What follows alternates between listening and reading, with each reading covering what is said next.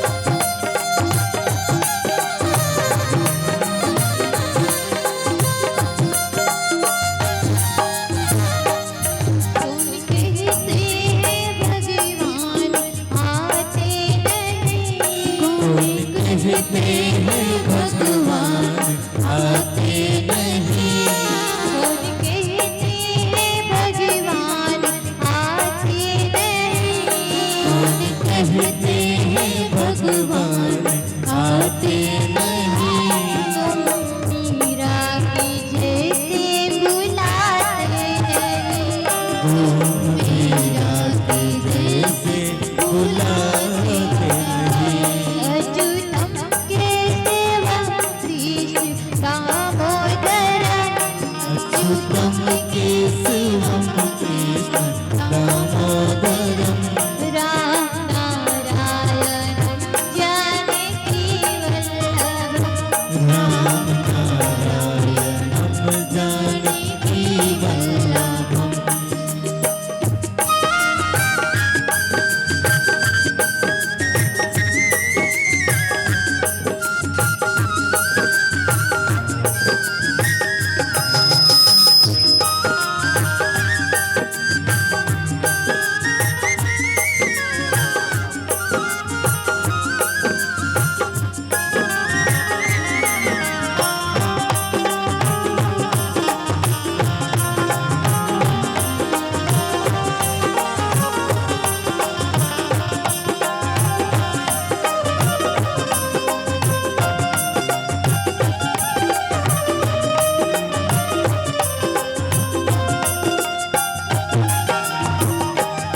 कौन कहते हैं भगवान आते नहीं।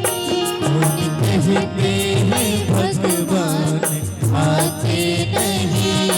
कौन कहते हैं भगवान आते नहीं।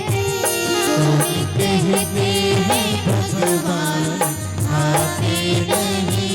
माया सोदा की जैसे खिलाते नहीं। माया सोदा के जैसे खिलाते नहीं। अच्युतम केशवम कृष्ण दामोदरम अच्युतम केशवम कृष्ण दामोदरम राम नारायणं जानकी वल्लभम् राम नारायणं जानकी वल्लभम् राम नारायणं जानकी वल्लभम् राम नारायणं जानकी वल्लभम् राम नारायणं जानकी वल्लभम् राम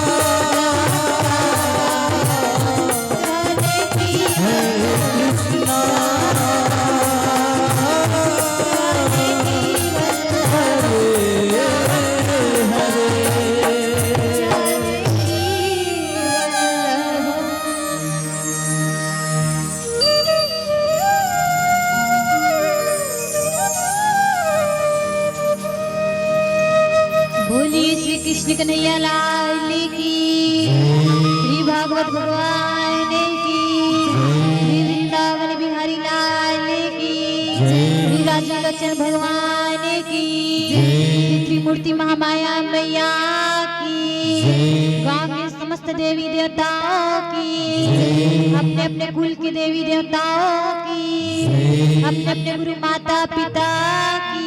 जय जय श्री राधे, जय जय श्री राधे, जय जय श्री राधे।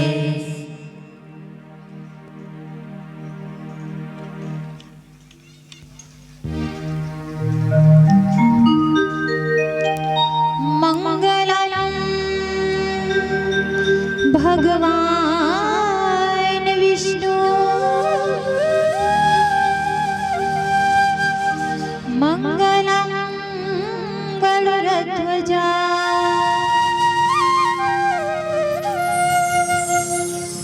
मंगलम पुंडरीकाक्षा, मंगलायतनो हरि।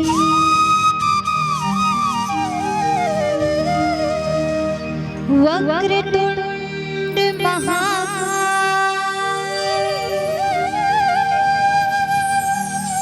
सूर्यकोटि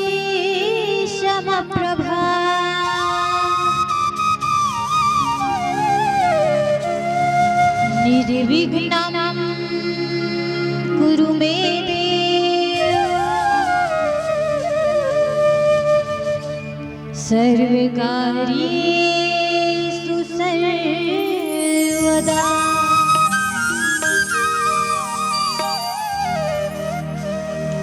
सच्चिदानंद रूपा विश्वोत्पत्त्यादि हेतवे तापत्रय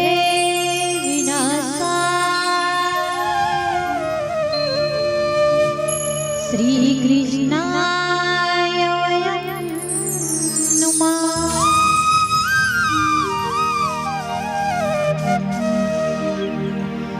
मेरी भवबाधा हरो राधा नागरी श्याम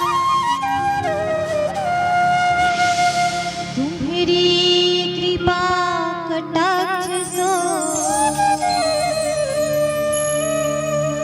सुलभ होत निज धाम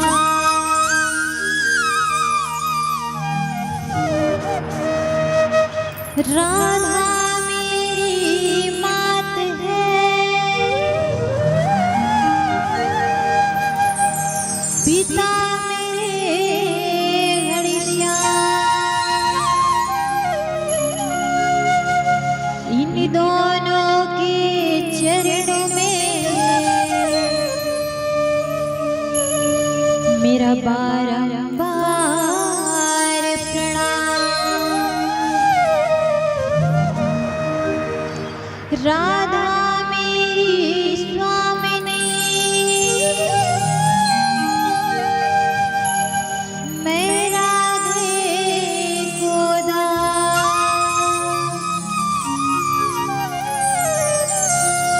जन्म जन्म मोहे दीजिए श्री वृंदावन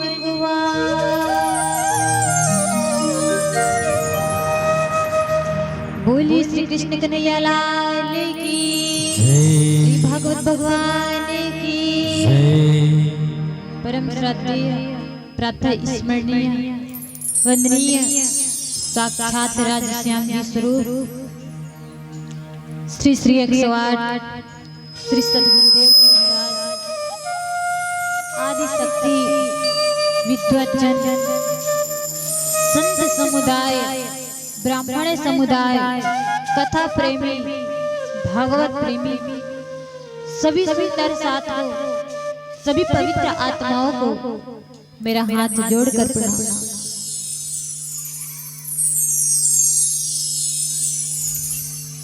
आज श्रीमद् भागवत का तृतीय दिवस है। तो कल आप सबके लिए एक होमवर्क दिया था कि सबको मन में जिस भी भगवान के प्रति प्रेम हो उनका निरंतर स्मरण करते रहना और एक दूसरे को देख करके राधे राधे कहते रहना। खाने के समय सोने के समय कुछ काम कर रहे हैं तब भी भगवान के नाम का स्मरण करते रहना। तो कितने कितने ने भगवान को स्मरण किया? कोई नहीं किया, कोई नहीं किया ना। एक माता जी की और इधर एक कान से सुनो और दूसरे कान से निकालो, ऐसा चल रहा है। इसका मतलब है आप कथा ध्यान से नहीं सुन रहे और कथा का अनुसरण भी नहीं कर रहे। यही है ना? ऐसा है क्या?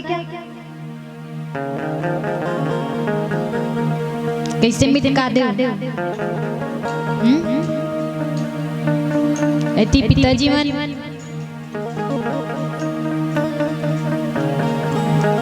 देखो, जब तक कथा के जो हमारा ज्ञान मिलत है, जो सार मिलत है, ओकर हम अनुसरण नहीं करबो तो कथा सुने से कोई मतलब नहीं, कोई लाभ नहीं।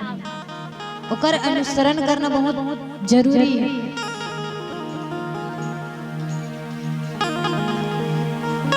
अब अगर एक कान से सुनो दूसरे कान से निकालो, ऐसे वाला काम चलू तब तो कोई कथा के कोई अर्थ नहीं है। एक बार एक मूर्तिकार 3 मूर्ति बनाया, बहुत सुंदर मूर्ति, सेम डिजाइन, सेम कलर, तीनों मूर्ति का वजन भी वैसे ही। अब बेचने के लिए रख दिए। अब सब गांव वाले आ रहे हैं लेने के लिए। कीमत पूछी कि क्या क्या कीमत है तीनों की, तो मूर्तिकार बोले एक का 50,000, एक का 20,000 और एक का 10,000। तो बोले कलर भी वही है, वजन भी वही है, सब तो सेम है, लेकिन इतना अलग अलग रेट है। बोले कि बगल में रस्सी रखी है, इसकी परीक्षा लो और जो आपको ठीक लगे ले जाओ। तो सब आए, किसी के दिमाग में भी नहीं आया, किसी को समझ नहीं आया। एक संत आए और संत आ करके उस रस्सी को उठाया और उस रस्सी को उस तीनों मूर्ति में से पहले मूर्ति के इस कान में रस्सी को डाले तो वो मुंह की ओर से होकर के निकल गया, और दूसरी रस्सी डाले तो कान की ओर से, कान की तरफ से निकल करके बाहर हो गया। तीसरी रस्सी डाले तीसरी मूर्ति में तो इस कान से जब वो घुसाए तो सीधे पेट में गए। तो इसका अर्थ क्या है? पहले मूर्ति जो इस कान से घुसाए इस कान से निकल गया। इसका अर्थ क्या है कि भागवत में आते हैं, बड़ी श्रद्धा से आते हैं, लेकिन कथा सुनेंगे और यहाँ सुन ले यही का काम यही छोड़ दो, यहाँ सुने यही पर जैसे धुर्रा माला झर रहा था ना, वैसे कथा नीचे झर रहा थी, सब घर चले गए। और दूसरा मूर्ति का अर्थ ये है जैसे कि कथा में आते हैं, सुनते भी हैं, बड़ी लगन से सुनते हैं, लेकिन यहाँ से गए, किसी ने पूछा भैया क्या क्या कथा में सुनी? अरे बहुत अच्छी अच्छी ज्ञान, क्या क्या कि मनुष्य को सत्य के मार्ग पर चलना चाहिए, कभी हिंसा नहीं करना चाहिए, निंदा नहीं करना चाहिए किसी की, बस यही तक। और सामने वाले को बता रहे कि ऐसा ऐसा ज्ञान मिला, बस बता रहे, खुद तो अनुसरण नहीं किए, उनको ज्ञान दे रहे हैं कि ऐसे ऐसे करना चाहिए। तो भाई पहले अपने ऊपर कर, कहते हैं ना कि हम सुधरेंगे युग सुधरेगा, पहले अपने आप को बदलिए, उसके बाद दूसरे को ज्ञान देना। आप तो कथा में सुने हो, खुद तो अनुसरण किए नहीं, दूसरे को बता रहे कि ऐसा ऐसा करना चाहिए, तो इसका भी कोई लाभ नहीं है। और तीसरी मूर्ति जो इस कान से होकर के सीधे पेट में गए, इसका अर्थ यही एक सच्चे श्रोता का लक्षण है, जो सुनते हैं और सुन करके अनुसरण भी करते हैं और स्वयं अपने आप पर बदलाव लाने के बाद दूसरे को ज्ञान देते हैं, यही सच्चे श्रोता है। तो ऐसे सच्चे श्रोता आपको बनना होगा। 3 दिन से कह रहे हैं भगवान के नाम का स्मरण करो। भाई जब अंतिम समय आए, वो समय भगवान के नाम नहीं था, अगर अभी से आदत डालूं तो अंतिम समय में भी भगवान के नाम ही सीधा मोक्ष प्राप्ति हो जाएगी।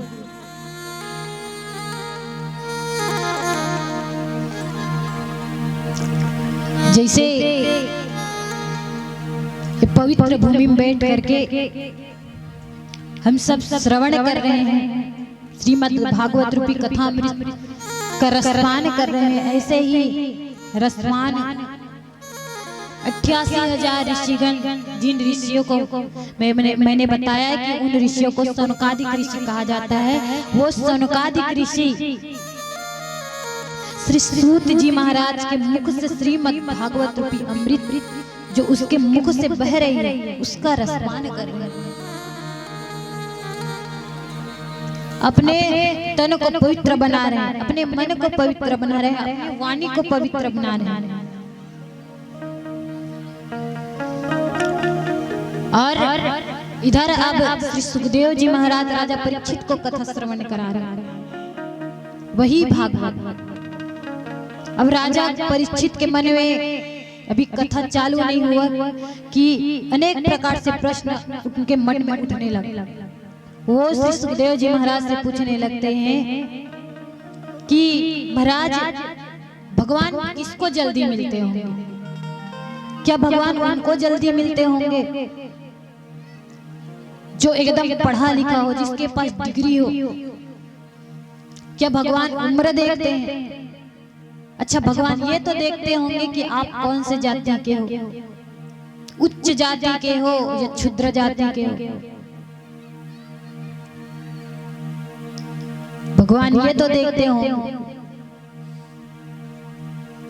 श्री सुखदेव जी महाराज बोले कि देखो राजा, भगवान कभी ये नहीं देखते कि तुम कितने पढ़े लिखे हो, तुम्हारी जाति कौन सी है, क्योंकि भगवान ने ये जाति पाति तो बाद में बनाई। सबसे पहले हम सब मनुष्यों को बनाया।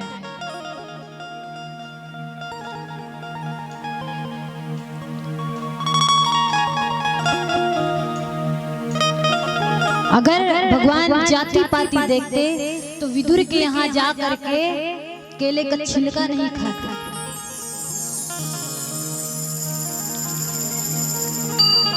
और तुम कहते हो कि भगवान उम्र देखते होंगे, तो भगवान उम्र भी नहीं देखते। अगर उम्र देखते तो उस छोटे से बालक ध्रुव को, जो केवल 7 वर्ष का था, उस छोटे से बालक को भगवान ने दर्शन दिया। ठीक है प्रभु, ये भी बात ठीक है। तो भगवान ये तो देखते होंगे कि हम दिन में कितने बार स्नान करते हैं। अगर हम दिन में 4 बार स्नान करते होंगे तो भगवान उनको जल्दी मिल जाते होंगे। बोले परीक्षित, ऐसा भी नहीं है। भगवान ये नहीं देखते कि आप दिन में कितने बार स्नान करते हो। स्नान करने से तो शरीर शुद्ध होता है, लेकिन शरीर की शुद्धता से पहले मन की शुद्धता आवश्यक है। मन को निर्मल रखना पड़ता है। अगर भगवान ये देखते कि आप दिन में कितने बार स्नान करते हो, तो भगवान श्री रामचंद्र जी जब त्रेता में अवतार लिए थे, तो जिन कोल भीलों को अपने गले से लगाए, वो कोल भील तो पता नहीं कितने वर्षों तक स्नान ही नहीं किए थे। तो भगवान ये नहीं देखते कि आप कितने बार स्नान करते हो। श्री तुलसीदास जी ने स्पष्ट ये रामायण में भी लिखा है, आस हमारे प्रभु बड़े सेवकाई हो, ले न बासन बसन चुराई। मन में ये विचार मत रखना कि भगवान तन की शुद्धता देखते होंगे, वो हमेशा मन की शुद्धता देखते हैं। और ना कभी उम्र देखते हैं और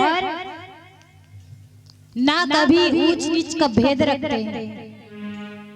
राजा परीक्षित बोले, प्रभु तो ये विदुर जी कौन है और उनके यहाँ जाकर के केले का छिलके क्यों खाए? तो श्री सुखदेव जी महाराज बताते हैं कि एक बार जब पांडवों को 12 वर्ष का वनवास मिला था, और उनके जब 12 वर्ष का वनवास पूरा हो गया और एक वर्ष का अज्ञातवास मिला था, तो जब 12 वर्ष का वनवास पूरा हो गया, एक वर्ष का अज्ञातवास बचा था, वो भी जब पूर्ण हो गया, केवल 1 दिन बचे थे, तो अब समय आ गया था कि पांडवों को उनका राजपाट वापस मिल जाए। लेकिन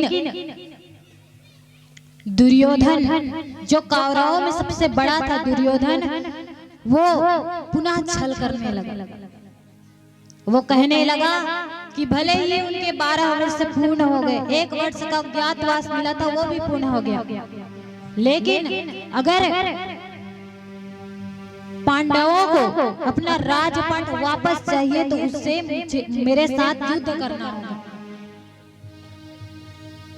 लेकिन शर्त यही थी कि 12 वर्ष का वनवास, 1 वर्ष का अज्ञातवास, जब उनका पूरा हो जाएगा तो उनका राजपाट पुनः वापस मिल जाएगा। लेकिन दुर्योधन छल करने लगा। अब भगवान को जब ये मालूम पड़ा तो भगवान श्री कृष्ण शांति दूत बन करके गए कि मैं जाकर के दुर्योधन को समझाऊंगा।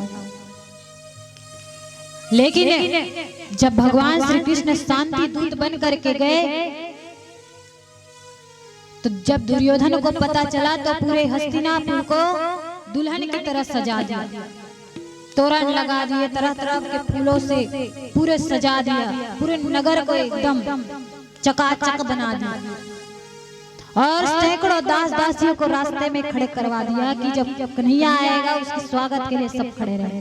अब मन तो उनका निर्मल था नहीं, मन तो साफ था नहीं, मन से तो बहुत कपट भरा हुआ है। अब दिखावे के लिए ही, ताकि समस्त ग्रामवासी मेरे पक्ष में हो जाए कि मैं कन्हैया का स्वागत करा रहा हूं, तो इसलिए वो दिखावे के लिए ही नगर को सजा दिए, सैकड़ों दास दासियों को रख दिए। लेकिन भगवान कहते हैं, क्या कहते हैं? निर्मल मन जन सो मोहि पावा, मोहि कपट छल चित्र ढावा।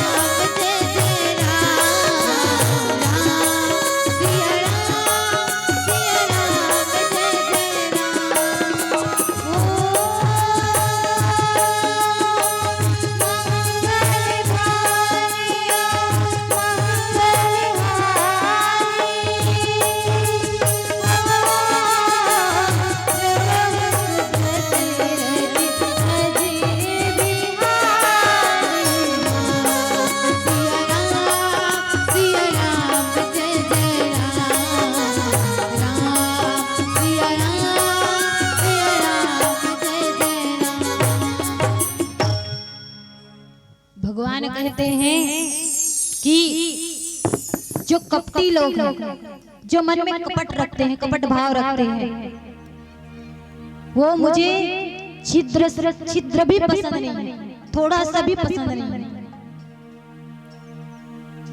अब भगवान शांति दूत बन करके आए, समस्त ग्रामवासियों को पता चला, पूरे हस्तिनापुर, पूरे आसपास के जितनी नगर थी सब इकट्ठे हो गए कि कन्हैया आ रहे हैं, कन्हैया आ रहे हैं।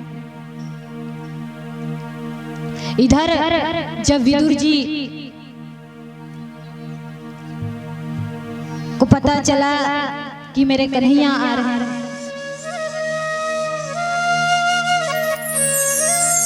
तो वो धृतराष्ट्र के पास गए और उनके पास जाकर के कहने लगे कि देखो भैया, मैं तुम्हें अपने एक भाई के नाते नहीं, एक मंत्री के नाते नहीं, बल्कि एक नागरिक के नाते समझाने आया हूँ कि जो तुम्हारे सबसे बड़ा पुत्र है दुर्योधन, वो नीति के अनुसार ठीक नहीं कर रहा है। शर्त के अनुसार उसे पांडवों का राजपाट वापस दे देना चाहिए।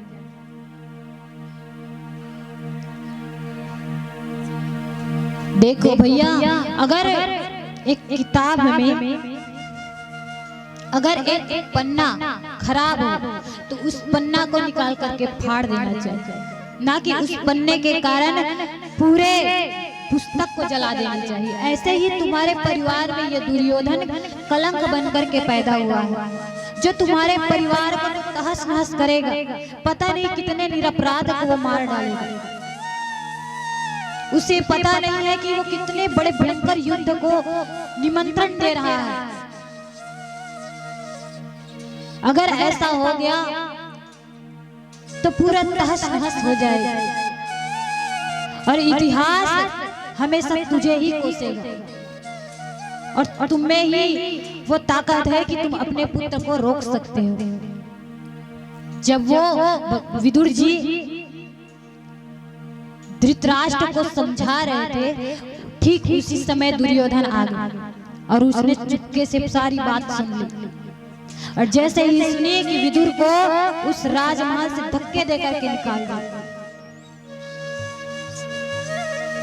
मेरे राज्य के मंत्री होकर के तुम मेरे ही खिलाफ मेरे पिताजी को भड़का रहे हो, निकल जाओ यहाँ से।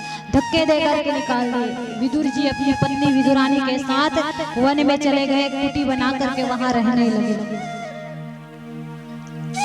विदुर जी को भी मालूम पड़ा जब भगवान शांति दूत बन करके आ रहे थे, तो विदुरानी से कहने लगा कि देखो विदुरानी, बड़े दिनों बाद आज मेरा कन्हैया आ रहा है, मैं भी दर्शन करने के लिए जाऊंगा।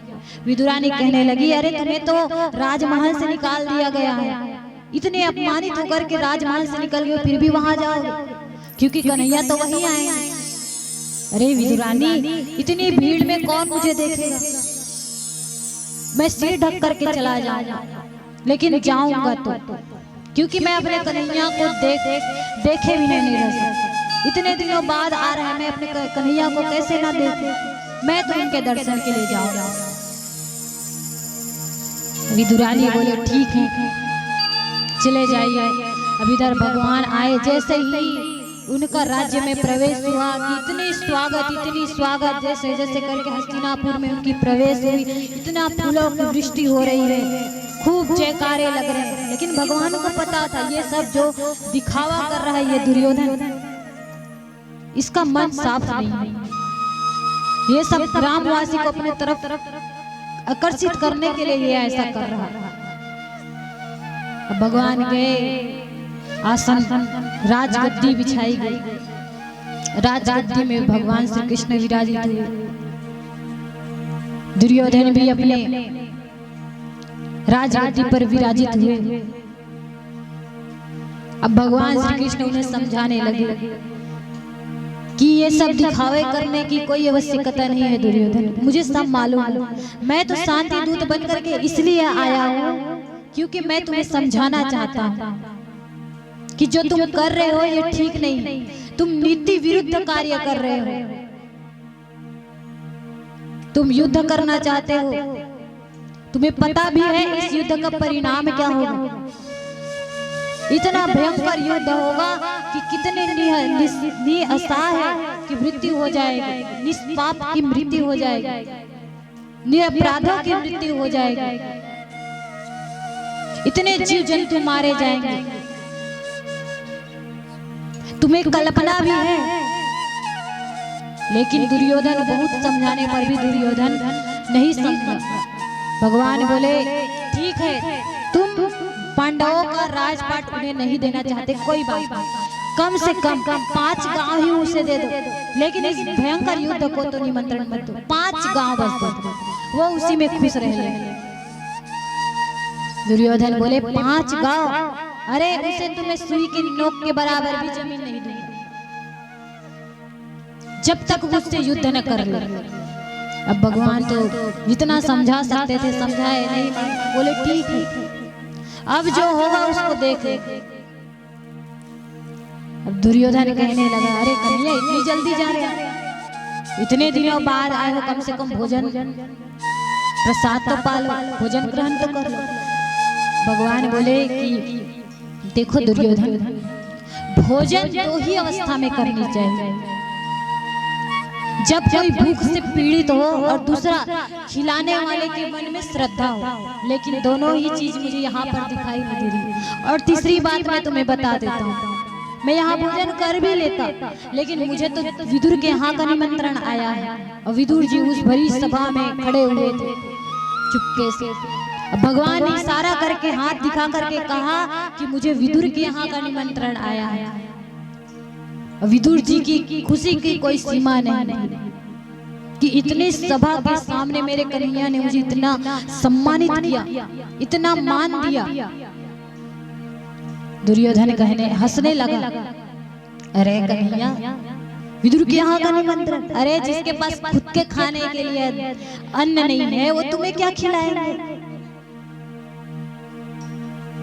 भगवान कृष्ण बोले मुझे ये नहीं मालूम कि वो मुझे क्या खिलाए, अब निमंत्रण दिया है तो कुछ न कुछ व्यवस्था रखी ही होगी, तभी निमंत्रण दिया है। और इतने में भगवान ने आज्ञा ली और विदुर के यहाँ जाने के लिए अपने रथ को बुलाया। इधर से विदुर जी ने जैसे ही सुना वो खुशी के मारे फूले नहीं समा रहा था, सीधा चला गया बाजार कि मेरा कन्हैया कहा है कि आज वो विदुर के यहाँ का निमंत्रण है। मेरा कन्हैया कभी झूठ नहीं बोलता, अगर उसने कहा है तो वो जरूर मेरे घर आएगा। और वो बाजार चला गया माखन मिश्री लड्डू लेने के लिए। इधर भगवान श्री कृष्ण रथ में बैठे और सीधा विदुर के यहाँ चले गए।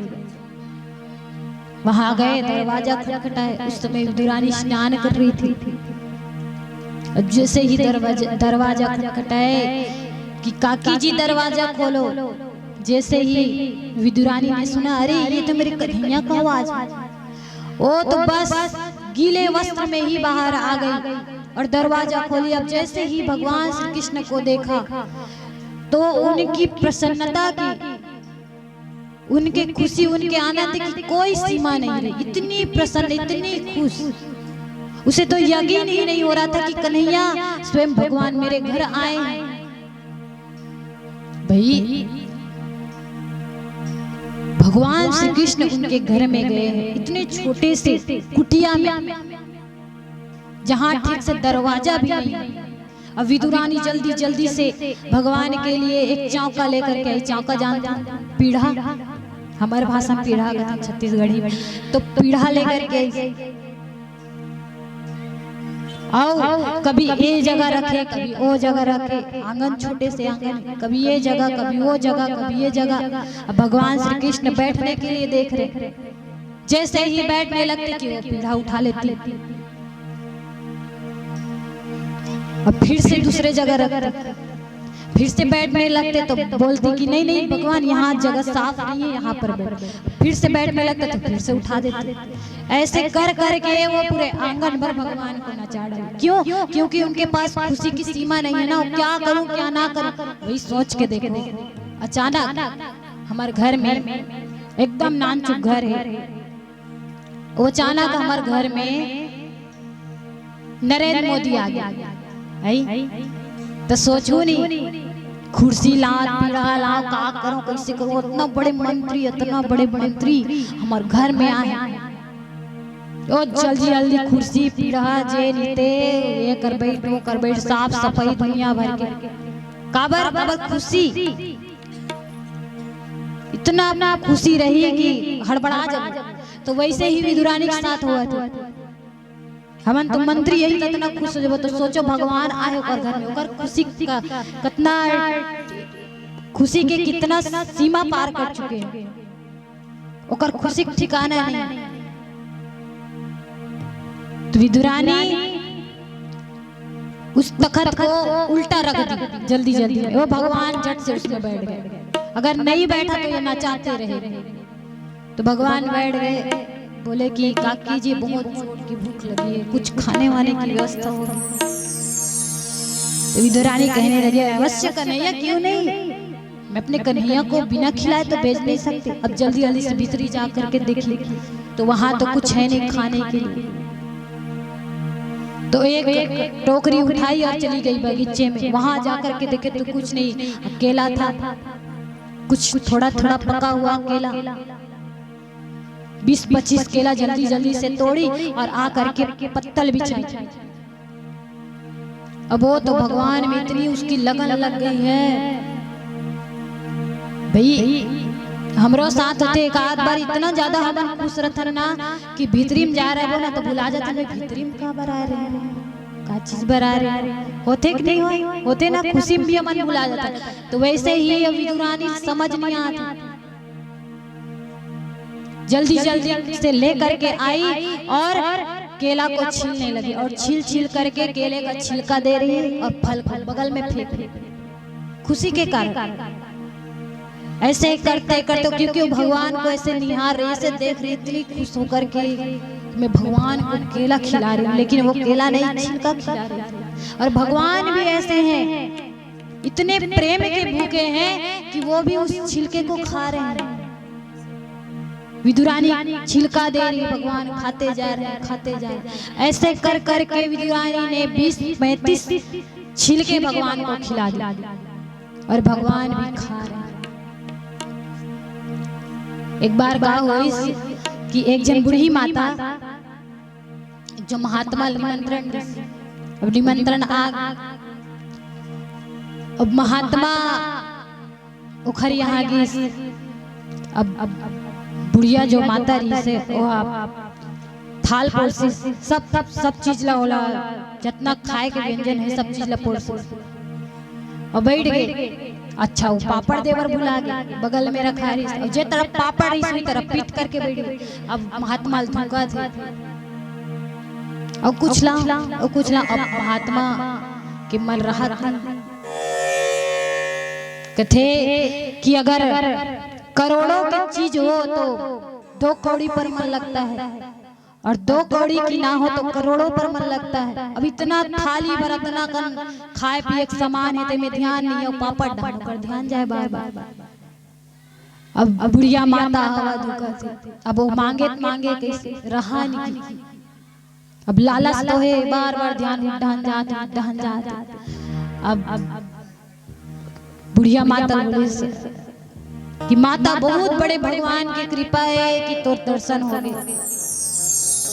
काबर बोली सरे वो रास्ता मात्र हो ना तो बहुत बड़ा सांप मिल गया। कितना बड़े सांप, ए यहाँ से ना वो पापड़ के थाली रखा है वहां तक मुड़ के देखे, अरे रे महाराज मित्र पापड़ दे नहीं, मैं बता दूं कि सांप कितना बड़ी मोर लालच नहीं। तो ऐसे तो भगवान श्री कृष्ण तो भाव के भूखे, ओखर मन में न लालच न थोड़ा सा भी ये विचार है कि मैं छिलका खा, वो तो प्रेम में भी ऐसे खो गए। भक्त और भगवान के ना रिश्ता ऐसे ही संबंध कि भक्त जो भी खिला दे भगवान प्रेम से खाए। तबे तो मीराबाई जानता ना, मीराबाई ओकर परिवार के मन सब पागल समझे और सब परिवार के मन ओकर पति सब तंग आ के ना एक बार मीराबाई जहर दे दी, जहर दिस कटोरी में डाल के। और मीराबाई नाचा थे, वो तो दिन भर भगवान के भक्ति में लगे रहे, कीर्तन करत रहे, पूजा करत रहे। अब मीराबाई भगवान के कीर्तन में ऐसे लगी हुई थी कि वो जहर की कटोरी उठाई और उसका पान करने लगी और कीर्तन कर ही रही है, नाच रही है, लेकिन उस जहर को पान करने के बाद भी उसे कुछ नहीं हुआ। क्यों? क्योंकि भगवान की भक्ति में वो लीन थी, भगवान के लिए उनके हृदय में प्रेम था। ऐसे ही प्रेम आज विदुरानी भगवान श्री कृष्ण से कर रहे हैं। और इधर से विदुर जी आए बाजार से, आकर के दरवाजा खटखटाए, अरे विदुरानी दरवाजा खोलो। विदुरानी दौड़ करके गई, इतना शोर क्यों मचाते हो? बोले अरे शोर मचाने वाली बात ही कुछ ऐसी है। बोले क्या बात है? अरे तुम्हें पता है आज दुर्योधन की भरी सभा में मेरे कन्हैया ने मेरी खूब सम्मान दिया, खूब सम्मानित किया। बोले अच्छा ऐसा क्या हुआ? अरे मत पूछो, वो सब मैं तुम्हें बाद में बताऊंगा, चलो जल्दी जल्दी से आंगन की लिपाई करो और पत्तल बिछाओ, चौका लगाओ, मेरे कन्हैया आता ही होगा। उसने कहा है कि वो आज मेरे यहाँ खाने का निमंत्रण है, मेरे कन्हैया आने ही वाला होगा। एक काम मैं करता हूँ, मैं दरवाजे में खड़ा रहता हूँ स्वागत के लिए, तुम जाओ जल्दी जल्दी से उनके लिए चौका लगा करके। बोले आते ही होंगे? अरे वो उनको आए तो 2 घंटे हो गए। बोले अच्छा तो तुमने कुछ खाने वाने के लिए व्यवस्था की? हाँ बड़े प्रेम से केला खा रहे हैं। भीतर जा करके देखे केला बगल में पड़े, भगवान तो छिलका खा। विदुर जी दौड़ करके भगवान के चरणों में जा करके गिर गए। क्षमा प्रभु क्षमा, हे कन्हैया मुझे माफ कर दो। अरे विदुरानी ये तूने क्या किया? एक तो मेरे कन्हैया पहली बार मेरी इस छोटी सी कुटिया में आए और तुमने उसे फल खिलाना छोड़ करके केले का छिलका खिला रही हो, ये तूने क्या किया? जब जोर से चिल्लाए तो विदुरानी झिझक गई और फिर उनको होश आया। देखिए अरे ये मैंने क्या कर दिया, भगवान तो छिलका खा रहे हैं। विदुर जी जल्दी जल्दी से अपने थैले में से लड्डू निकाले और भगवान के मुख के पास लेकर के गए। भगवान को लड्डू खिलाने लगे तो जैसे ही एक बार बस भगवान ने एक बार बस लड्डू चखा कि विदुर जी के हाथ पकड़ लिए। बोले एक बात बताऊं काका? बोलो कन्हैया क्या बात है? जो मिठास इस केले के छिलके में है ना, वो मिठास इस लड्डू में नहीं। तो भगवान ने ऐसा क्यों कहा? क्योंकि वो प्रेम के भूखे। विदुर जी ने लड्डू तो खिलाया, वो मीठा तो था, लेकिन उसमें उतना प्रेम नहीं था जितना प्रेम उस विदुरानी के केले के छिलके में। तो प्रेम ऐसा होना चाहिए। तभी तो गोपियां भगवान कृष्ण से इतना प्रेम करती थी कि जब दही बेचने जाती थी, मक्खन बेचने जाती थी, तो वो बेचते बेचते ये कहना भूल जाती थी कि दही ले लो, मक्खन ले लो। ये कहना छोड़ करके वो क्या कहती थी? कन्हैया ले लो, कन्हैया ले लो, बहुत मीठा है, बहुत अच्छा है। इतना उनका मन निरंतर भगवान में लगा रहता है। और मीराबाई भगवान के प्रेम में इतनी पागल रहती थी कि दिन भर कीर्तन, दिन भर नाच। और श्री राधा रानी उनके हृदय में तो जैसे पत्थर में अगर कुछ लिख दो तो कभी नहीं मिटता, वैसे ही राधा के हृदय में भगवान नाम की उनकी छवि ऐसे छुपी हुई थी कि कोई कितना भी कहे उनके मन से कभी नहीं हटता था। बोलिए श्री कृष्ण कन्हैया लाल की, श्री भागवत भगवान की।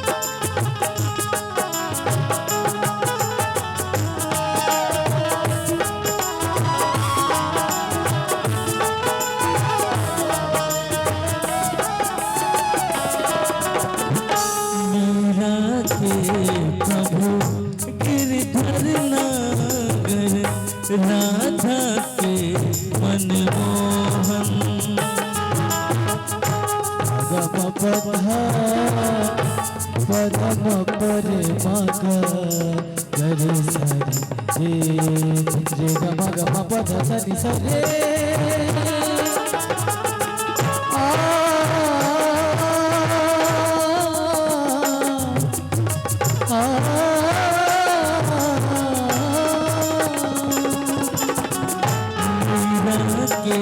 प्रभु गिरधर नगर राधा के मनमोहन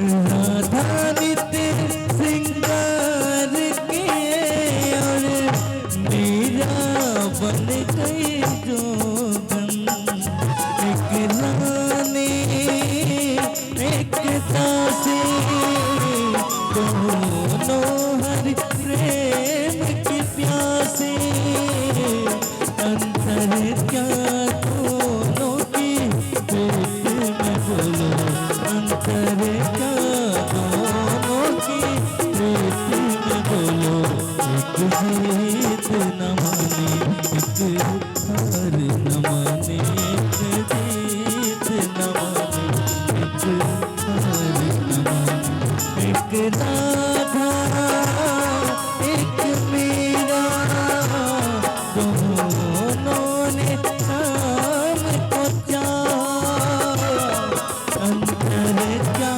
दोनों की प्रेम में बोलो अंतर क्या दोनों की चाह में बोलो एक प्रेम दीवाने एक तरस दीवाने एक प्रेम दीवाने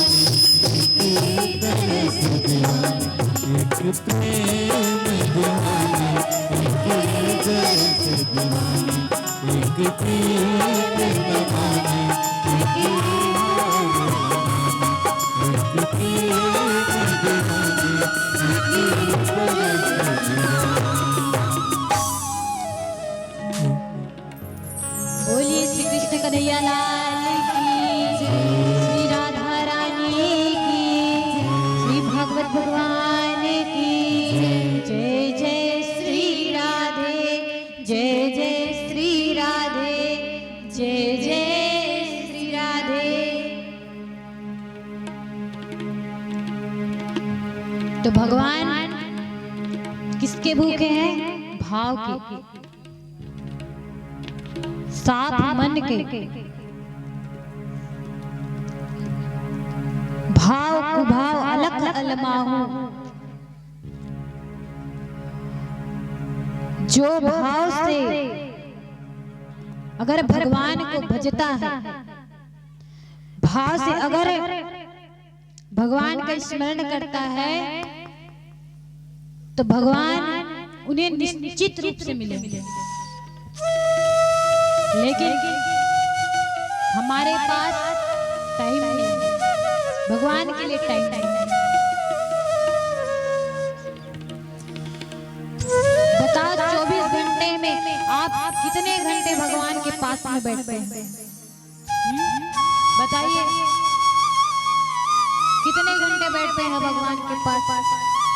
बस शाम को दिया जला दिया, अगरबत्ती जला दिया, हो गया।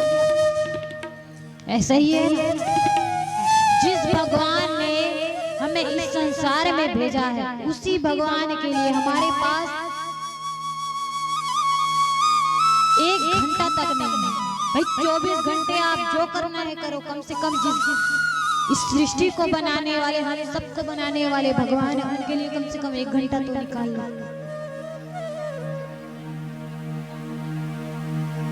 बस यही विचार में रहते हैं, बुढ़ापा आएगी भगवान को याद करेंगे। अच्छा एक बात बताइए, आप अगर भगवान को फूल चढ़ाते हैं तो कौन सा फूल चढ़ाते हैं? खिला हुआ चढ़ाते हैं कि मुरझाया हुआ चढ़ाते हैं? खिला हुआ चढ़ाते हैं। तो हमारी जो युवा अवस्था है वो कैसा है? खिला हुआ पुष्प के समान। अब भगवान को जो फूल चढ़ाएंगे वो स्वीकार तो करेंगे, लेकिन हमारा कर्तव्य क्या बनता है कि हम भगवान को फ्रेश एकदम खिला हुआ पुष्प चढ़ाएं। ऐसे ही हमारी जो आयु है वो है। अगर हम ये सोचेंगे कि अभी तो बचपना है, बाद में कर लेंगे, युवा आई, युवा में विचार कर बुढ़ापा करेंगे।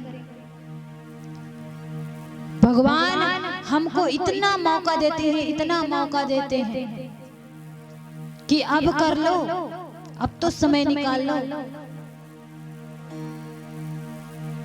भगवान हमें मृत्यु से पहले 4 संकेत देते हैं। भगवान के यहाँ से 4 घंटी बजती है। पहली घंटी बजी, बाल सफेद होना चाहिए। भगवान इसका मतलब क्या समझाना चाहते हैं भगवान कि अब बाल सफेद हो चुके हैं, अब तो भगवान का नाम स्मरण कर लो, अब तो मेरे शरण में आ जाओ। लेकिन नहीं, क्या करते हैं? एक से एक डाई रही हो लग ही कत को बुढ़ा जा रही थे, एकदम जवान दिखे रही, डाई लगा ले वो, बाल करिया कर ले वो, लेकिन तोला याद नहीं कर। भगवान कहते हैं दूसरी घंटी बजाते, भगवान के यहाँ से दूसरी घंटी बजती है, आंख कमजोर हो जाती है, आंखें दिखना कमजोर हो जाता है, कम दिखाई देता है। भगवान फिर संकेत देते हैं कि अब तो दिखना कम हो गया, इस संसार के जो खूबसूरती को, इस संसार को इतना खुश होकर के जो तुम देखते थे, वो देखना कमजोर हो गया है। अब तो इस संसार को भूलो और मेरे शरण में आओ। लेकिन नहीं, फिर भी हम नहीं मानते, चश्मा लगवाएंगे, स्पेशल लेंस लगवाएंगे, लेकिन भगवान साइड में रहो। फिर भगवान तीसरी घंटी बजाते हैं, तब तो दांत झड़ना चालू हो जाता है। जे दांत में ना कटरंग खात रहे, सब लगना किटिर गुस्सा दिखाते रहे। अब तो दांत टूट गए, अब तो दांत झड़ गए, अब तो मोट शरण में आ जा, अब तो तेरा कुछ सुंदर सुंदर चीज खा सकता है, जो ये जीव रूपी इंद्रिय है, जे तो हमेशा अपन तरफ खिंचत रहते, लालच दिखाते, वो लालच लभी अब छोड़ दे, कोई मतलब नहीं। काबर अब दांत टूट गए, तो मन पसंद से खा भी नहीं सकत, तो अब तो मोर शरण में आ जा, अब तो मोला याद कर ले। लेकिन नहीं, दांत वो लगवा लेते हैं। अब तो भगवान तंग आकर के चौथी घंटी बजाते हैं। बहुत मटका के चलते थे ना, अब तो कमर झुक जाएगी, कमर झुकना चालू हो जाता है, लाठी का सहारा लेते हैं। अगर तुम जिद्दी हो तो हम भी जिद्दी, नहीं पकड़ेंगे माला, नहीं लेंगे तुम्हारा नाम, कर लो जो करना है। अब तो भगवान परेशान हो जाते हैं, 5वीं घंटी बजाते हैं और सीधे भगवान के पास चले जाते हैं। चित्रगुप्त जी डायरी लेके खड़े रहते, हाँ बता का करे, 100 साल की उम्र दे रहे हो ना, बता का करे। वहां जाके बतावे कि मैं इतना धन कमाऊं, इतना बड़ महल बना रहे, इतना बड़ बंगला बना, मोर सब लेकर के एक नंबर धूमधाम से विवाह करे। ठीक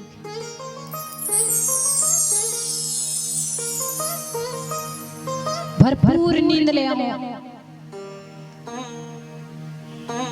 जहां मन करी सुंदर सुंदर दृश्य देखे। पूरे संसार में इतना सुंदर सुंदर चीजें,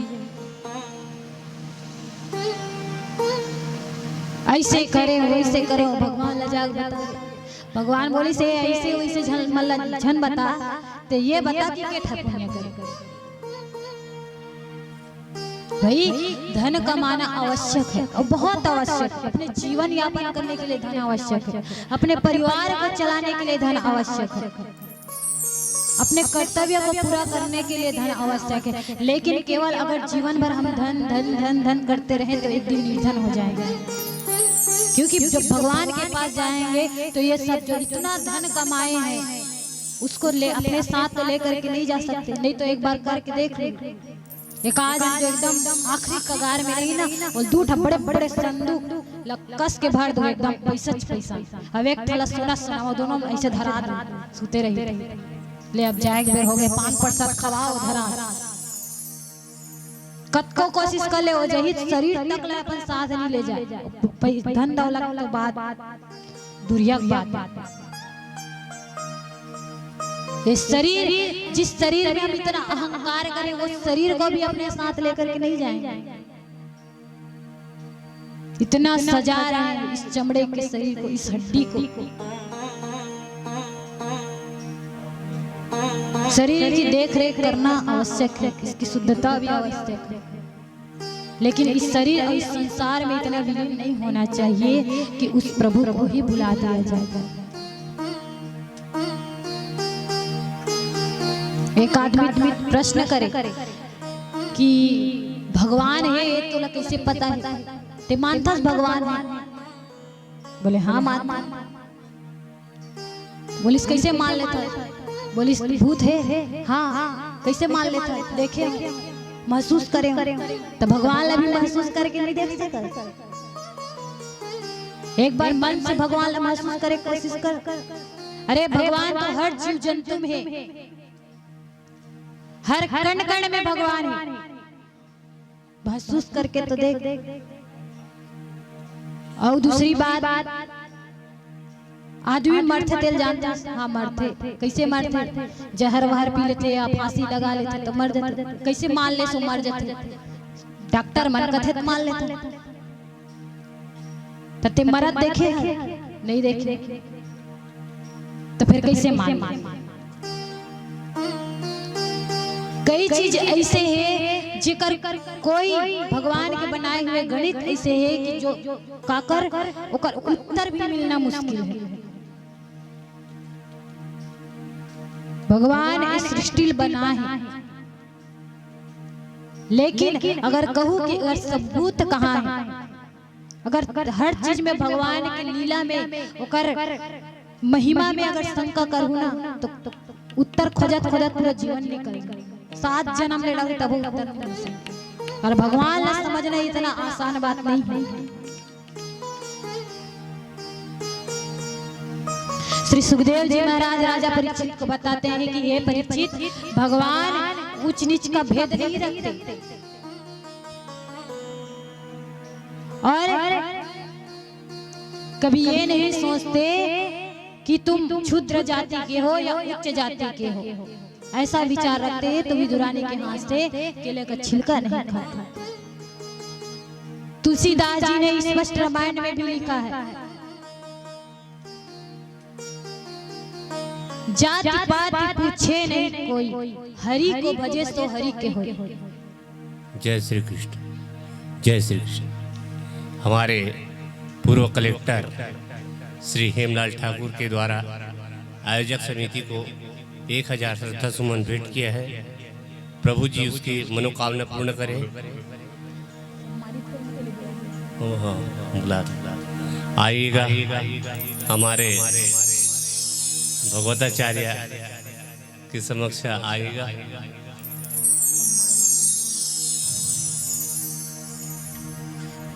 श्रीमान कलेक्टर साहब को मैं यहाँ पर आने के लिए बुलाए ना आज्ञा चाहती हूँ कि यहाँ पर आए, हम आपको सम्मानित करना चाहते हैं और ये भी आपसे कहना चाहेंगे कि आप अपना आशीर्वाद मुझ छोटी सी बालिका पर बनाए रखना, ताकि मैं ऐसे ही धर्म का प्रचार प्रसार करती रहूं, क्योंकि मुझे बुजुर्गों की अपने से बड़े और माता पिता समान यहाँ पर जितने विराजित हैं सबकी आशीर्वाद की बहुत आवश्यकता है, क्योंकि मैं चाहती हूँ कि अपने छत्तीसगढ़ का नाम रोशन करूं और ऐसे ही धर्म का प्रचार प्रसार करती रहूं।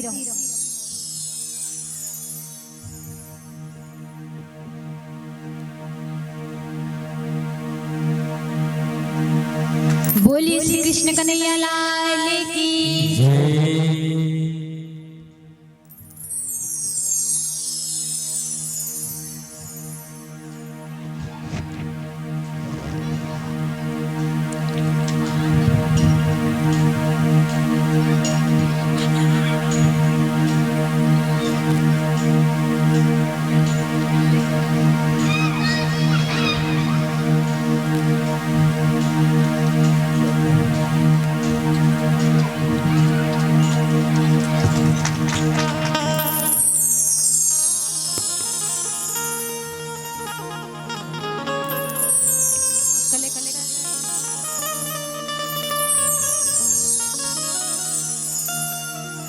श्रीमान कलेक्टर साहब से मैं निवेदन करूंगी कि श्री भागवत भगवान के लिए अपने मुख से 2 शब्द कहेंगे।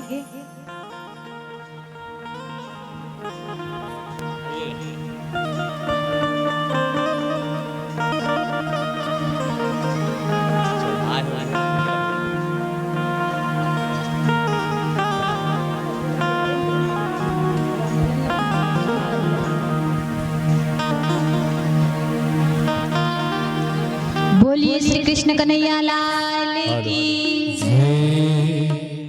हाँ, हमारे कलेक्टर पूर्व कलेक्टर हेमलाल ठाकुर के द्वारा 500 श्रद्धा सुमन भगवत में अर्पण किए।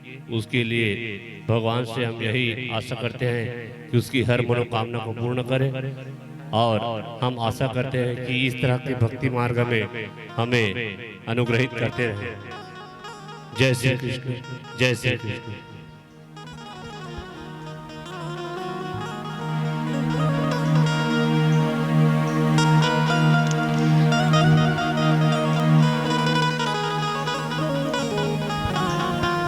जय भोले मानस मंडली की व्याख्या और संगीत से रचे बसे हमारे गांव में जोहन विश्वकर्मा आएंगे और हमारे संगीत पक्ष में अपना योगदान देंगे। जय श्री कृष्ण।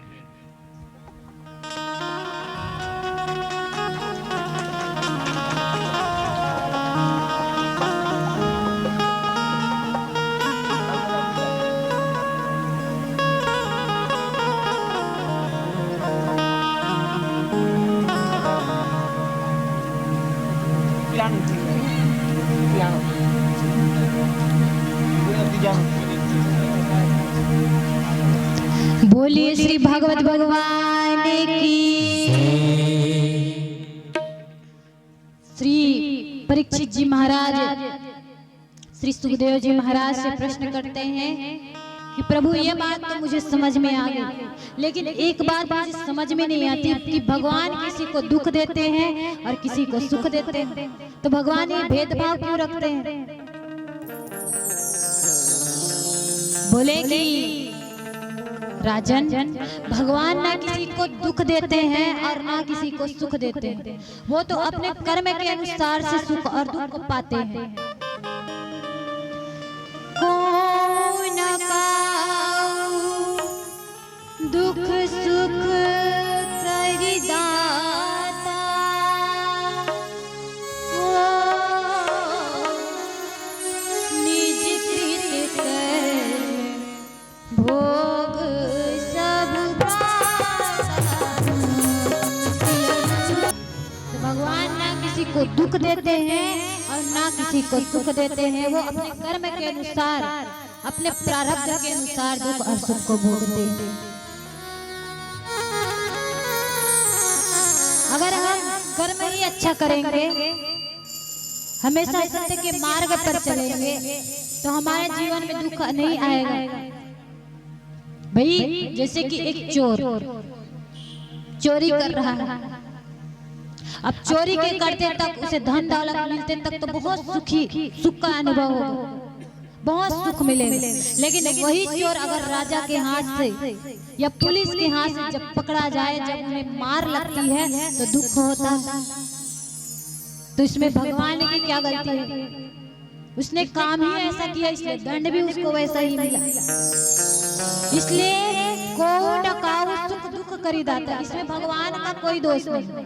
भगवान ने तो पहले ही कह दिया, जैसा पेड़ बोएगा वैसा ही फल मिलेगा। अब वैसा कार्य ही कर रहे हो तो फल भी वैसा पाओ।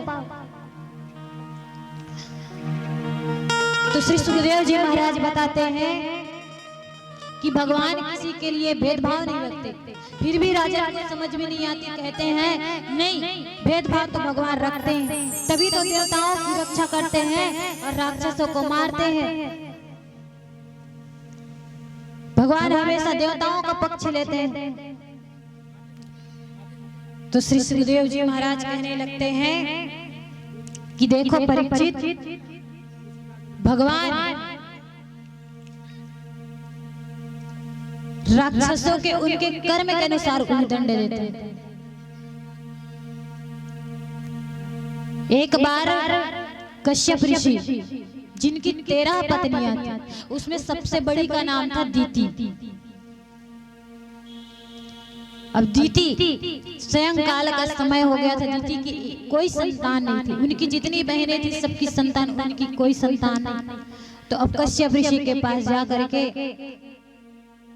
कहने लगी कि अपने कामना को उनके समक्ष रखी कि मेरी सभी बहनों की संतान है, केवल मेरे नहीं। तो उसने कहा कि कुछ समय प्रतीक्षा करो, तुम्हारी भी कामना पूर्ण हो जाएगी। लेकिन वो कहने लगी नहीं। तो उन्होंने कश्यप ऋषि ने बहुत समझाया कि ये मुहूर्त तो ठीक नहीं चल रहा है, इस मुहूर्त में जो बच्चा जन्म लेगा वो निश्चित ही राक्षस बनेगा। लेकिन नहीं मानी, फिर भी जिद करने लगी। तो कश्यप ऋषि ने श्राप दे दिया कि जाओ, तुम्हारी कामना तो पूर्ण होगी, लेकिन तुम्हारे 2 पुत्र आएंगे और दोनों के दोनों राक्षस बनेंगे।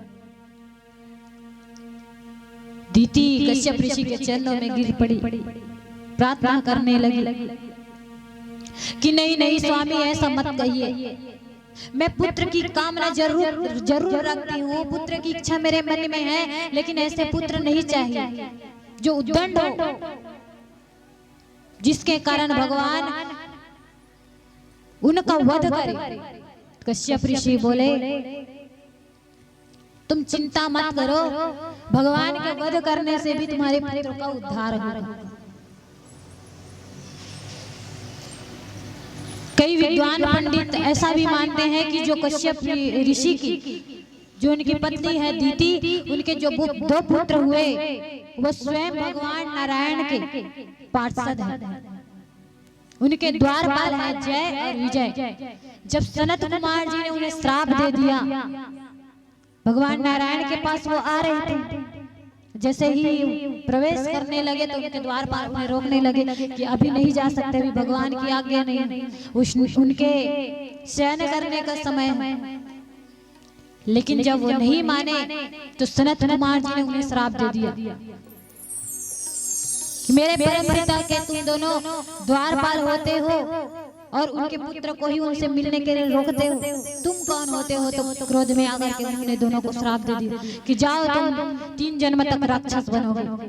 तो वही जय और विजय पहले जन्म में हिरण्याक्ष और हिरण्यकश्यप बने, दूसरे जन्म में शिशुपाल और कंस बने, और तीसरे जन्म में कुंभकर्ण और रावण बने। तो श्री सुखदेव जी महाराज कहते हैं एक बार भगवान श्री कृष्ण सूकर के रूप में अवतार लिए। इसके पीछे भी विचित्र कारण था। क्या कारण? कि जो माता दीति थी उनके दोनों पुत्रों का जन्म हो गया, दोनों का नामकरण भी हो गया, हिरण्याक्ष हिरण्यकश्यप। और जो हिरण्याक्ष था वो तपस्या करके बहुत अधिक बल प्राप्त कर लिया था, और बल की अधिकता होने के कारण उसके अंदर अहंकार जागृत हो गया था कि अपने आप को बहुत बलवान समझने लग गया था, जिसको भी देखता तो युद्ध के लिए ललकारने लगता था। एक बार तो माता पृथ्वी को उठा करके समुद्र में ले जाकर के डुबो दिया, और जब माता पृथ्वी को समुद्र में ले जाकर के डुबो दिया, भगवान नारायण को जब पता चला, सब देवताओं को जब पता चला, तो भगवान ब्रह्मा जी के पास में गए, और भगवान ब्रह्मा जी के पास में जा करके उन्होंने बात बताई कि माता पृथ्वी को समुद्र के अंदर हिरण्याक्ष ने डुबो दिया है, अगर माता पृथ्वी इसी तरह समुद्र में डूबी रही तो क्या होगा, कुछ करिए प्रभु, माता पृथ्वी की व्यथा को समझिए। तो भगवान ब्रह्मा जी उनसे कह रहे थे कि आप चिंता मत करो। ठीक उसी समय उन्हें जोर से छींक आ जाती है, और जैसे ही छींक आती है तो उनके छींक से स्वयं भगवान नारायण सूकर के रूप में अवतार ले लेते हैं, सूकर के रूप में प्रकट होते हैं, सीधे आते हैं, माता पृथ्वी को समुद्र से बाहर निकालते हैं। और जैसे ही बाहर निकालने लगते हैं, इधर हिरण्याक्ष को पता चलता है, वो जा करके सूकर से छेड़खानी करने लगता है कि तुम मेरे अनुमति के बिना इस पृथ्वी को इस समुद्र से बाहर नहीं ले जा सकते। अगर तुम्हें इस पृथ्वी को इस समुद्र से बाहर ले जाना है तो पहले तुम्हें मुझसे युद्ध करना होगा। तो भगवान नारायण और हिरण्याक्ष का खूब युद्ध हुआ और भगवान श्री नारायण शुकर के रूप में अवतार लिए थे। सुअर जानते देखिए उस सुअर टिकमन तो नहीं देखे ना, वो नहीं देखे हो ना।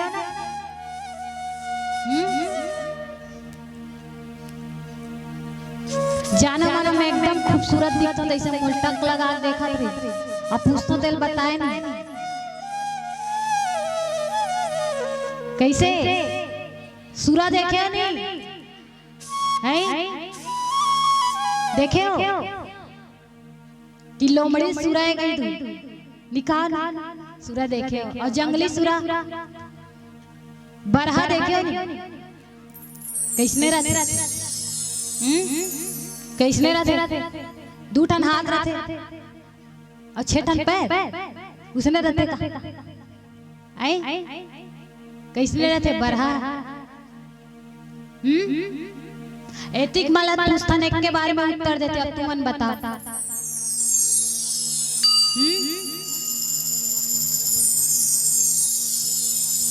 काला कहीं चीज पता रही भगवान के बारे में दिन भर टीवी चालू कर ले धारावाहिक देखत रह।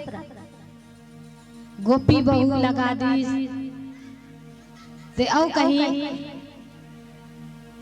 भगवान के धारावाहिक में देखते हो तो कहीं पता चलती बरहा दूठा दांत रखे ऐसे आगू में। तो वैसे ही बरहा रूप में भगवान श्री नारायण प्रकट होकर के आए और हिरण्याक्ष के साथ युद्ध करने लगे और युद्ध करके उनको पराजित कर दिया, उन्हें मार दिया। हिरण्याक्ष का उद्धार हो गया क्योंकि भगवान के हाथों से मरा है। अब इधर माता पृथ्वी को समुद्र से लेकर के वापस उन्हें उनके स्थान में ले जा रहे थे स्थापित करने के लिए। अपने दोनों दांत के बीच में दाढ़ के बीच में माता पृथ्वी के रखे थे। अब सोच करके देखो और बरहा कितना बड़ा हम देखे अंत छोटे छोटे वाले भगवान नारायण तो इतना बड़ा रूप में है कि ये पूरा पृथ्वी अपन मुड़ी मुंह में उठा। तो जब माता पृथ्वी को अपने मुख में बैठा करके वापस उनके स्थान में ले जा रहे थे तो माता पृथ्वी के अंदर अहंकार आ गया कि मेरे बिना भी भगवान का कोई कार्य नहीं हो सकता। भगवान समझ गए और उनके साथ साथ गया और पुष्कर भी विचार करने लगे। जो तीर्थों के राजा है गया और तीर्थों के गुरु है पुष्कर। अब भगवान तो माता पृथ्वी को ले जा रहे थे, उनकी अहंकार को दूर करने के लिए पृथ्वी को वृंदावन से होकर के लेकर के गए। तो पृथ्वी ने कहा अरे वृंदावन वृंदावन तो पृथ्वी के अंदर है लेकिन ये पृथ्वी के बाहर क्यों दिखाई दे रहा है? तो भगवान नारायण बोले कि हे पृथ्वी तुम अहंकार करती हो कि मेरे बिना भगवान का भी काम नहीं चल सकता। देखो तुम अगर नहीं रहोगे फिर भी मेरा वृंदावन रहेगा। जब इतना जो तीर्थों के राजा पुष्कर है उन्होंने सुना और तीर्थों के जो गुरु है उन्होंने जब सुना तो भगवान नारायण से कहने लगे प्रभु इतना बड़ा अपमान, भाई इतना ही अपमानित करना था तो आप तीर्थों का राजा अपने वृंदावन को बना देते। जो तीर्थों का राजा गया था वो कहने लगे भगवान कि तीर्थों का राजा अपने वृंदावन को बना देते, मुझे क्यों बनाए? जब वृंदावन पृथ्वी के बाहर है तो तीर्थों के जो गुरु पुष्कर वो भी कहने लगे। तो भगवान ने कहा यही तुम सबका अहंकार तो मैं दूर करना चाहता हूँ। देखो पुष्कर वृंदावन पृथ्वी के बाहर है और पृथ्वी के अंदर भी है क्योंकि वृंदावन कभी तीर्थों के अंदर नहीं आता। ये तीर्थ नहीं है, वो तो लोग श्रद्धा से भगवान का दर्शन करने के लिए जाते हैं। वृंदावन तो मेरा निवास स्थान है, मैं सदा यही रहता हूँ। अगर ये पृथ्वी नहीं रहेगी फिर भी रहेगा क्योंकि मेरा घर है भाई।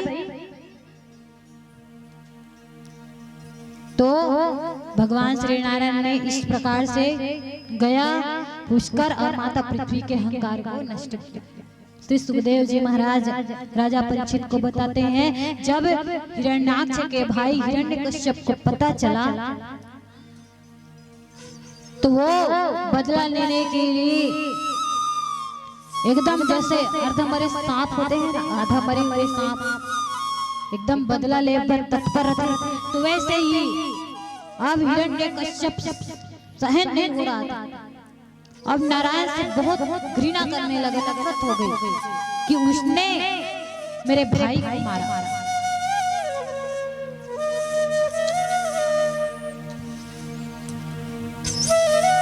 अच्छा, कल के कथम कौन कौन रहे हो? कल के कथम कौन कौन रही से? हाथ खड़े करो, कौन कौन रही से कल के कथा? 3 4 5 6 7 अवेती के जन रहे, एक जन बसरी से, ये बिचारी बसरी से एक जन, बाकी जन के आत्मा आग बैठी रही सीकर। कैसे तुम नहीं रहे हो ना कर, वो नहीं कहा नहीं रहे से करे, आत्मा माला भेजे रहे तुम्हारे अंदर रहे हो तो हाथ खड़े करो, कौन कौन रहे हो? कहीं प्रश्न नहीं पूछो भाई, हाथ बस खड़े खड़े।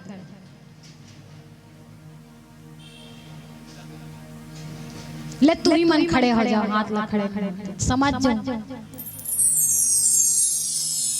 तार रे दादा में नहीं सकता, अब नहीं मानो तो कब तक जो जी आवे। तो काली कथम का चलिस एती पिताजी मन बहुत जन रहे हो ना, चल बताओ कल कौन कौन से कथा चली? कौन कौन सी कथा चली कल बताइए। परीक्षित मोक्ष और सुखदेव जान और सब लंबी अच्छा बताओ कि तहु मन कुछ बताओ।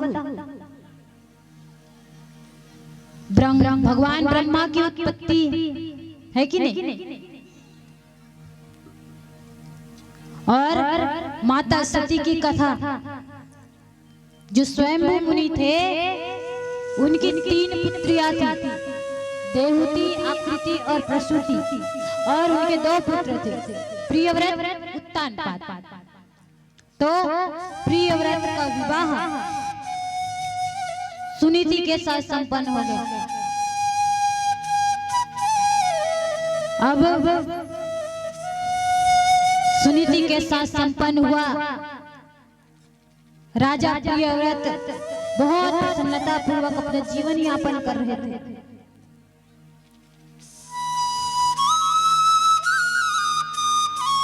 और कुछ समय पश्चात मां सुनीति गर्भवती हो गई, लेकिन राजा को उसने बताया नहीं था। अब राजा एक दिन वन में भ्रमण के लिए गए, तो उनकी दृष्टि एक सुंदर स्त्री पर पड़ी। उनके सौंदर्यता को देख करके वे उन पर मोहित हो गए और उनके सामने विवाह का प्रस्ताव रख दिया।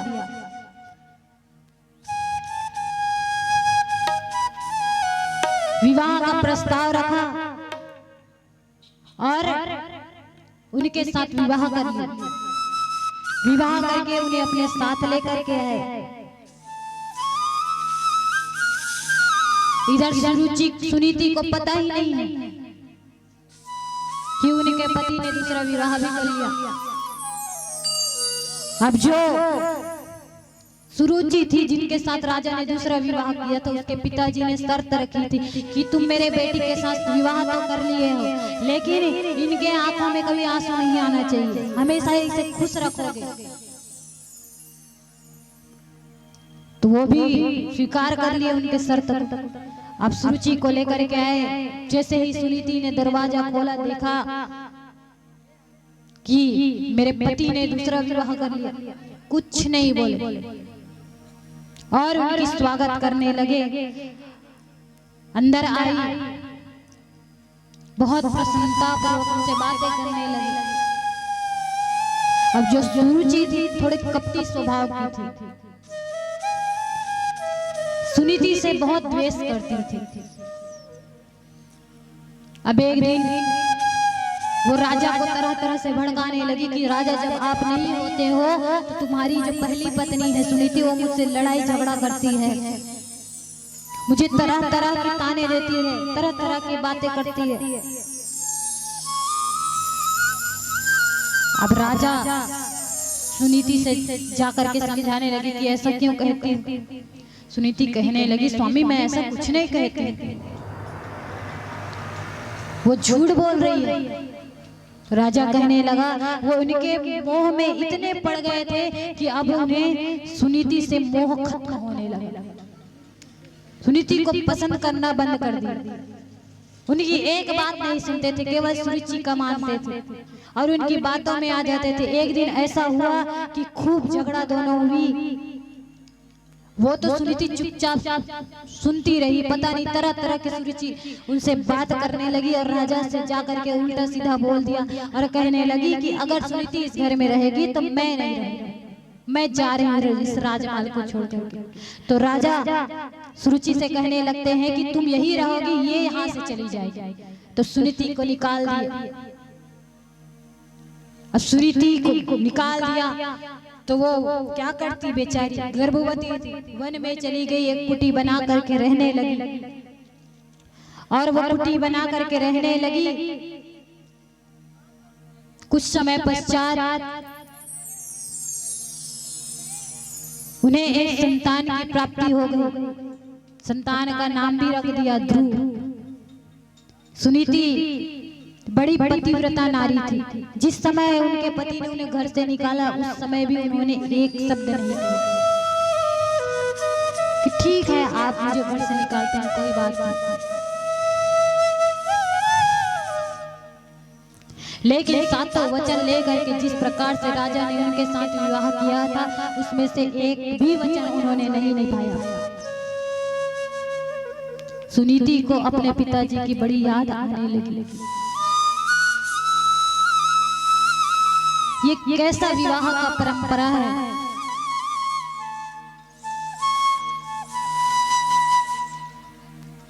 क्या बेटियां इसीलिए बनी रहती हैं कि कुछ दिन पिताजी के बेटियां बन करके रहेगी और कुछ दिन बाद बहू बन जाएगी, और बहू बनने के बाद क्या उन्हें इतना दुख मिलना जरूरी होता है। आज वो कोने में बैठ करके अपने पिताजी को याद करने लगी। बोलिए श्री कृष्ण कन्हैया लाल की। अपने पिताजी को याद कर रही है और अपने पिताजी को एक पत्र लिख रही है कि क्या पिताजी आपको मेरी याद नहीं आती, क्योंकि वो अपने पिताजी की अकेली बेटी थी। अपने बचपन से लेकर उनकी शादी हुई तब तक की बातें उन्हें एक एक बातें याद आने लगी। बोलिए श्री कृष्ण कन्हैया लाल की जय।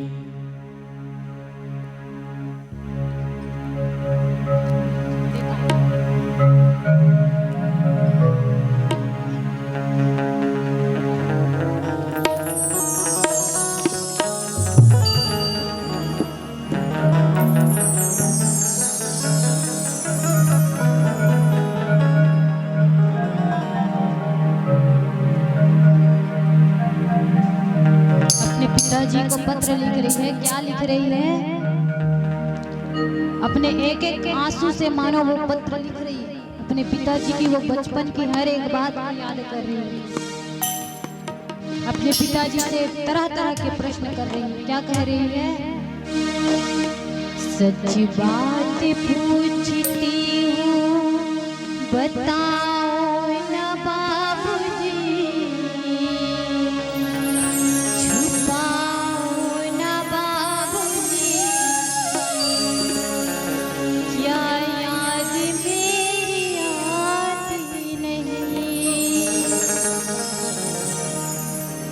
सच बात पूछती हूँ बताओ ना बाबूजी, बताओ ना बाबूजी।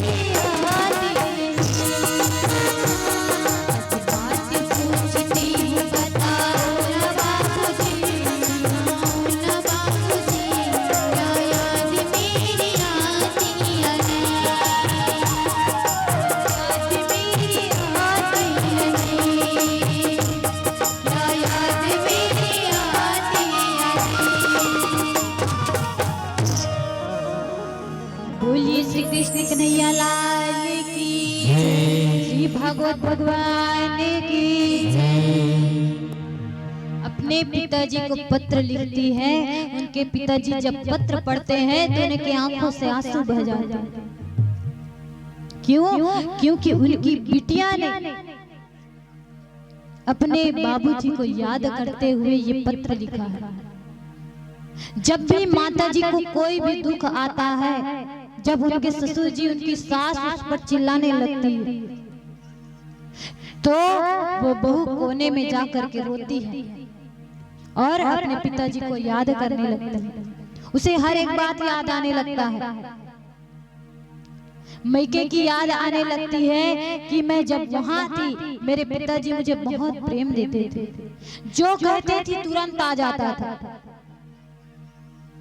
माँ बाप का प्यार ही ऐसा रहता है। कितना अच्छा पत्र लिखी है कि पिताजी जब मैं छोटी थी, जब मेरा जन्म हुआ तो सभी लोग दुख थे, क्योंकि बेटी किसी को नहीं चाहिए होती है, बेटा सबको चाहिए होता है, तो सब दुखी थे। लेकिन पिताजी आप खुश थे, क्योंकि मेरी माँ ने मुझे बताया है कि तेरे पिताजी बहुत खुश थे। और जब मैं घर में रहती थी तो आप कहीं से भी आते थे तो मेरा नाम पुकारते थे।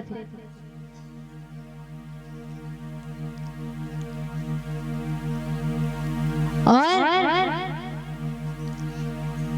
जब दीपावली आती थी या होली त्योहार आता था, जैसे दीपावली आई तो आप मेरे लिए कीमती से कीमती फ्रॉक लेकर के आते थे।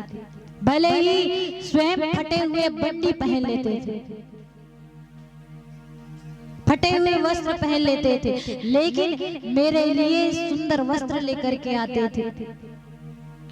पिताजी वो सब बातें मुझे बहुत याद आ रही। और तीसरी प्रश्न की है कि मेरा जीवन आधा वहां है आधा यहाँ है। आधा दिन मैं वहां व्यतीत की हूँ, आधा दिन मेरा यहाँ व्यतीत हो रहा। मुझे समझ में नहीं आता, ना मेरा ससुराल पूरा है ना मेरा मायका पूरा है, मेरा जीवन अधूरा है। पिताजी आपकी आज बहुत याद आ रही है, एक एक बातें याद आ रही है। आप किस प्रकार से कमाते थे और किस प्रकार से परिवार के लिए खर्च करते थे। आप खुद फटे पुराने वस्त्र पहन लेते थे, लेकिन अपने बच्चों को खुश रखने के लिए इतने सुंदर सुंदर वस्त्र पहनाते थे। दुनिया में आप अगर किसी का कर्ज चुकाना चाहेंगे तो सबका कर्ज तो चुका लेंगे, लेकिन माता पिता का कर्ज आप कभी नहीं चुका सकते, क्योंकि माता पिता वो है जिन्होंने तुम्हें जन्म दिया। खुद गीले में सो जाते हैं, खुद मलिन वस्त्र पहन लेते हैं, खुद फटे पुराने पहन लेते हैं, लेकिन अपने बच्चों को खुश देखने के लिए उन्हें नए नए वस्त्र पहनाते हैं। और कभी बच्चे को ये नहीं कहते कि मेरे पास पैसा नहीं भी रहेंगे, फिर भी उन्हें कहीं न कहीं से उधारी करके लाएंगे उनकी इच्छा पूरा करने के लिए। और वही बच्चे जब बड़े होते हैं तो उसी माँ बाप को वो बोझ समझने लगता है। अरे माता पिता ने क्या क्या नहीं किया। जब छोटे थे तो उंगली पकड़ के चलना सिखाया, बोलना सिखाया, और जब वही बच्चा बोलना सीख जाता है, बड़ा हो जाता है, तो जिसने उसे बोलना सिखाया उसके साथ जुबान लड़ाने लगता है। वो भूल गया कि इसी ने तो मुझे बोलना सिखाया था और इसी के साथ मैं ऊंची आवाज में बात कर रहा हूँ।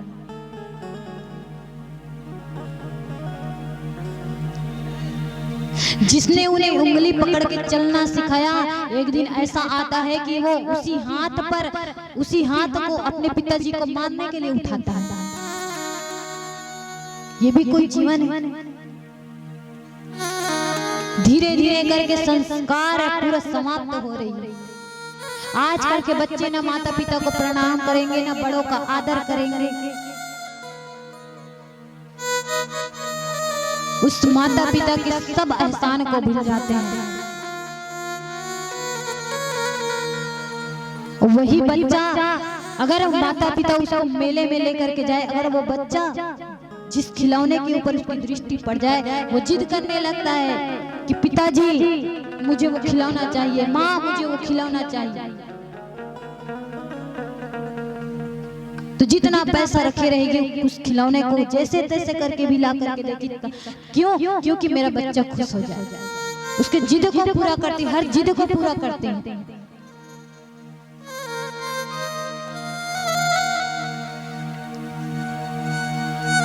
जो उसकी इच्छा रहती है सारी इच्छा पूरा करते हैं, अपने हाथों से भोजन खिलाते हैं। मेरा बेटा भले ही मैं अनपढ़ हूँ लेकिन मेरा बेटा बुद्धिमान बने, संस्कारी बने, ज्ञानवान बने, शिक्षित बने, ये सोच करके पिताजी उन्हें पढ़ाने के लिए भेजते। और वही बच्चा जब पढ़ लिख करके नौकरी में लग जाते हैं तो पिताजी को घर में छोड़ते हैं, विवाह होता है, पत्नी के साथ चले जाते हैं दूसरी जगह। क्यों? क्योंकि पिताजी अब उन्हें बोझ लगने लगे। क्यों? वही पिताजी जिसने उसे शिक्षित बनाया, जिसकी कृपा से वो डॉक्टर इंजीनियर जो भी बना है, उस पिताजी को बगल कर देता है, पत्नी की पल्लू में बन जाता है। वो पिताजी जब बूढ़ा होता है, जब उसे दवाई की आवश्यकता पड़ती है, तो उस बच्चे के पास पिताजी के दवाई लाने तक के लिए उसके पास पैसा नहीं होता।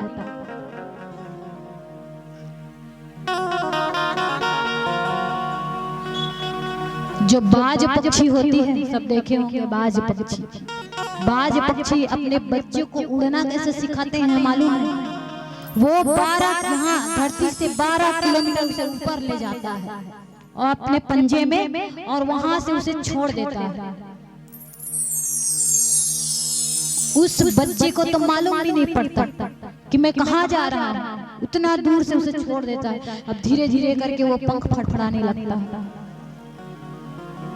उसे डर होता है पहले, तो फिर पंख फड़फड़ाने लगता है, फिर धीरे धीरे करके अपने बचाव के लिए वो थोड़ा उड़ने की कोशिश करता है, फिर भी उड़ नहीं पाता। और जैसे ही धरती पर गिरने को होता है, धरती से कुछ ही दूरी में रहता है कि वो बाज पक्षी आता है, अपने पंजे में अपने बच्चे को जकड़ लेता है। ऐसे ही हमारे पिता हमारे साथ करते हैं, हमें दुख देते हैं, डांट फटकार भी लगाते हैं। क्यों? क्योंकि हमारा पुत्र बिगड़े ना, कभी गलत रास्ते पे ना चले जाए। लेकिन उसकी बात हमें उस समय कड़वी लगने लगती है। माँ बाप की कीमत उसे पूछो जिसने अपने माँ बाप को खो दिया। माँ 9 महीने तक अपने पुत्र को गर्भ में रखती है, अपने बालक को गर्भ में रखती है। कोई एक आध जन अपन पेट में ना एक पत्थर बांध के देखो, 5 दिन भी वो पत्थर साथ में नहीं रह सकता, पेट में जो पत्थर बांधे। लेकिन सोचो माँ वो बालक ला पूरा 9 महीना अपन गर्भ में रखता, इतना दुख सहते। बालक के जन्म के समान जैसे कि इतना तकलीफ तो मरते हुए इंसान नहीं, जितना तकलीफ माँ एक बच्चा जन्म देते हुए होती। लेकिन वो बच्चा कहाँ होकर दुख तकलीफ समझ सकता। जब बच्चा के पास में वही माता पिता बूढ़ा हो गए तो ओकर लिए दवाई तक के लिए पैसा नहीं।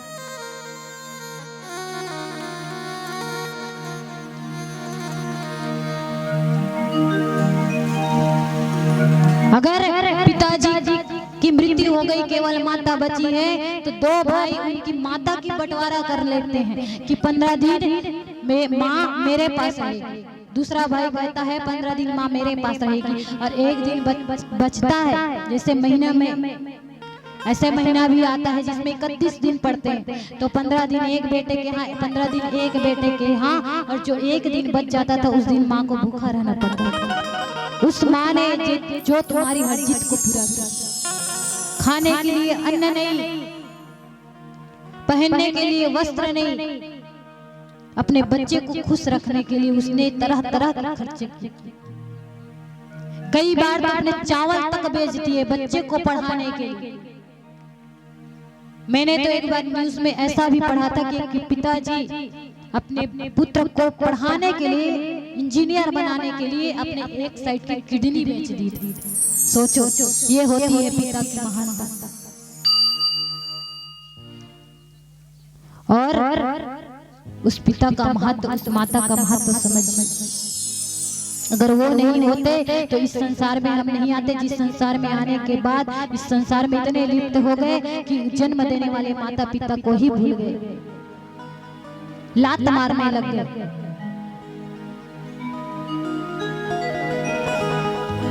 दवाई पर जब माँ गई दी ना, एक डोकरी दिन भर दवाई पर कंझट करत रहे। बेटा आज जेल लाते डोकरी के कितना ललकारा था, कर मजाक उड़ा था। वो तो एक खिलौना के लिए अपन सब इच्छा समाप्त करके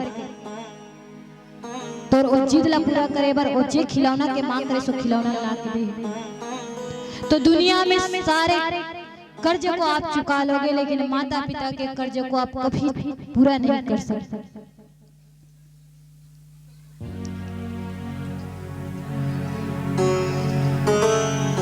कितना कोशिश कर रहे, जीवन निकल जाएगा माँ बाप का कर्ज चुकाने के लिए। तो कर्ज तो दूर की बात है, लेकिन माता पिता का आसान भी समझने वाला नहीं। ऐसा है इस कलयुग में। बोलिए श्री कृष्ण कन्हैया लाल की, अपने अपने माता पिता की।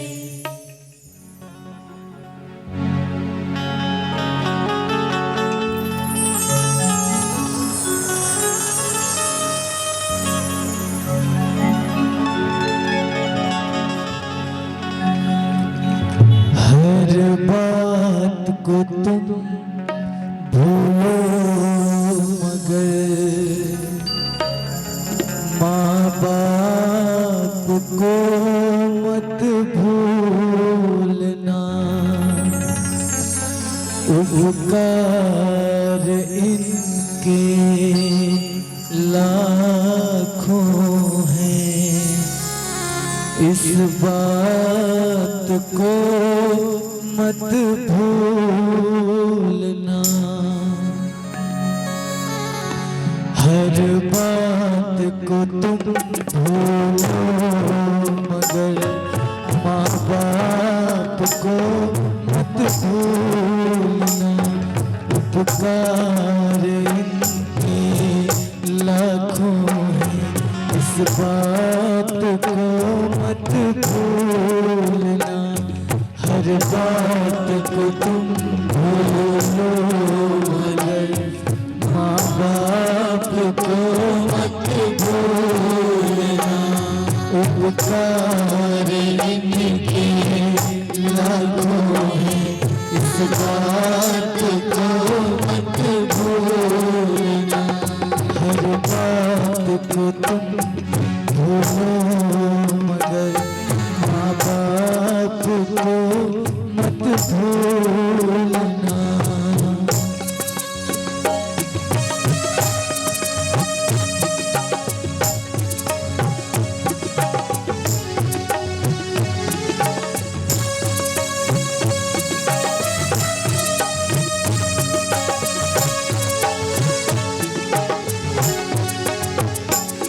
धरती पर देवों को पूजा, भगवान को लाख मनाया है। धरती पर देवों को पूजा, भगवान को लाख मनाया। तब तेरी सूरत पाई है, संसार में तुझको बुलाया। इन पावन लोगों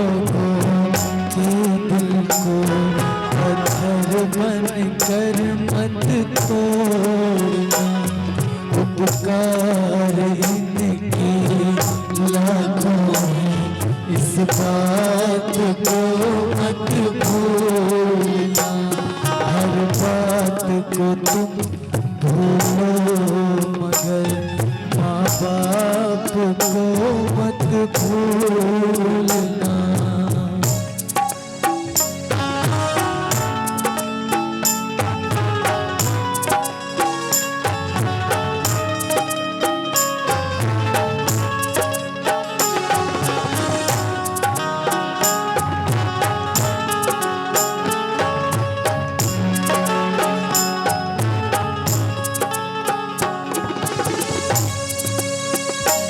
अपने ही पेट को काटा है और तेरी काया सजाई है।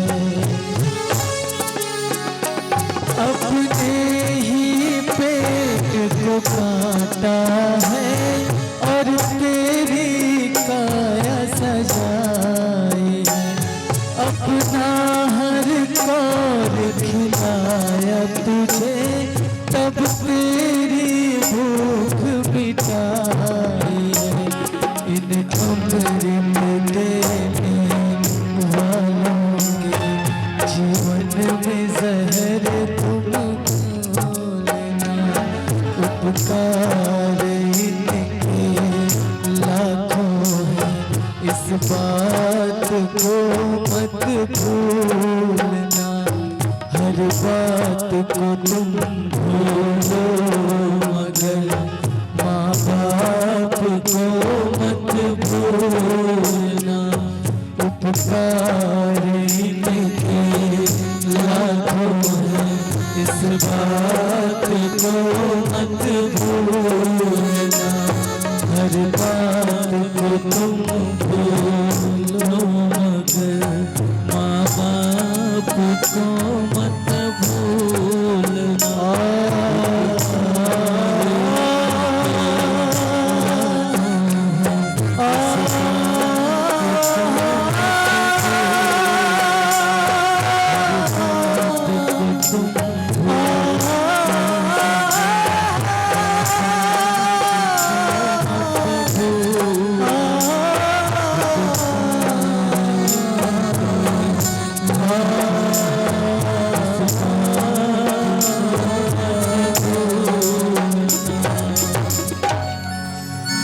उपकार इनके लाखों हैं, इस बात को मत भूलना।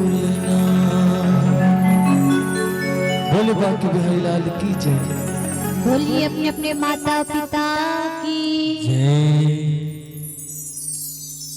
माता पिता के एहसान को कभी नहीं भूलना चाहिए, क्योंकि माँ बाप कभी अपने बच्चों का बुरा नहीं सोचते। कोई माँ बाप नहीं चाहेंगे कि मेरा बच्चा बड़ा होकर के चोर बने, डाकू बने।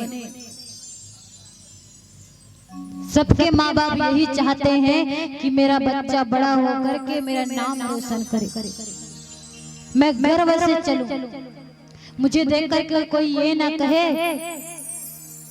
कि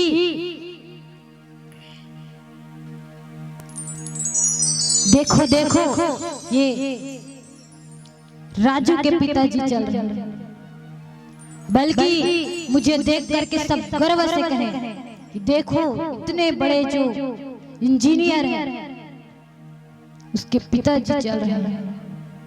मेरे पुत्र को मेरे नाम से नहीं बल्कि मेरे पुत्र के नाम से मुझे जाने, ऐसे पिताजी की इच्छा होती है। क्योंकि ये चीज मैंने खुद अनुभव किया है।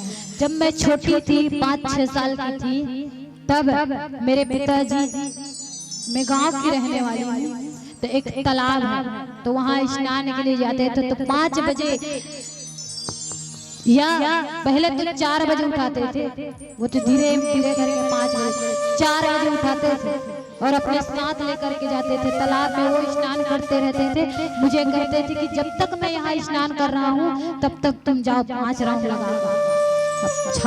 6 साल की थी, 5-6 साल के। अब 5-6 साल की उम्र में मैं वो दरिया में से दौड़त हूँ, कतका देर नाही कितना देर घर जाबो। मने मन बहुत बड़ा भला सोचो, अपन नाथे मोला 3 बार दरिया भावर मरवात रहते,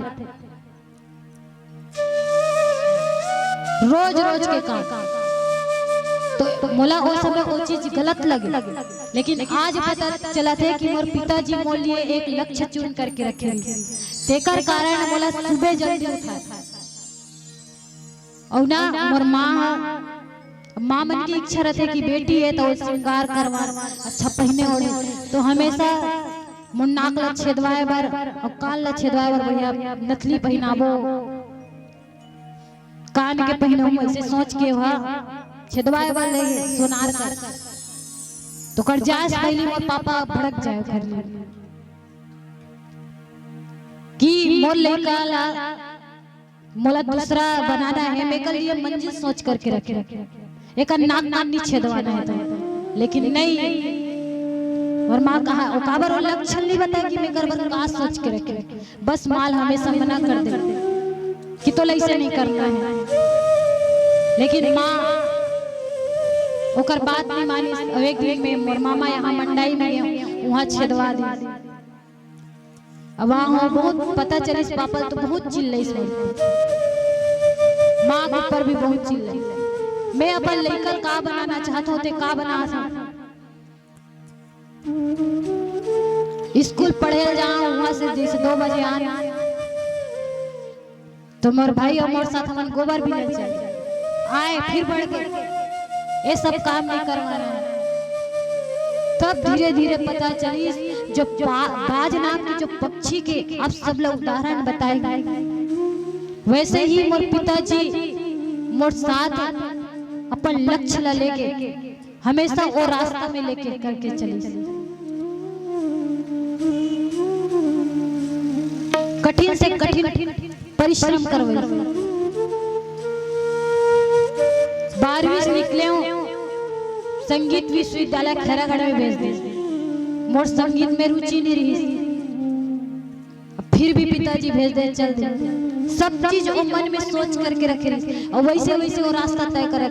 मोला हर वो रास्ता भेजे तो मोर बहुत तकलीफ हुई, जे चीज में मोर रुचि नहीं है उस तरफ ले जाता। लेकिन आज पता चली कि मोर पिताजी मोर लिए का लक्ष्य रही।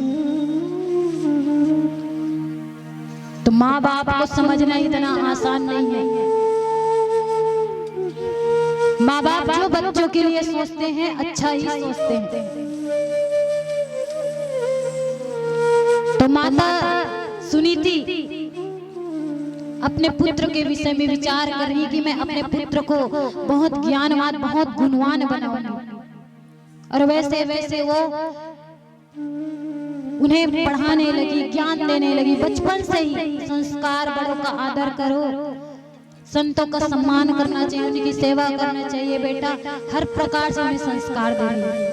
अगर ऐसे ही हम भी अपने बच्चों को संस्कार देंगे तो वो भी हमारा संस्कार खाली नहीं जाएगा। लेकिन हमन का करता अभी लेका मला मोबाइल धरा देता।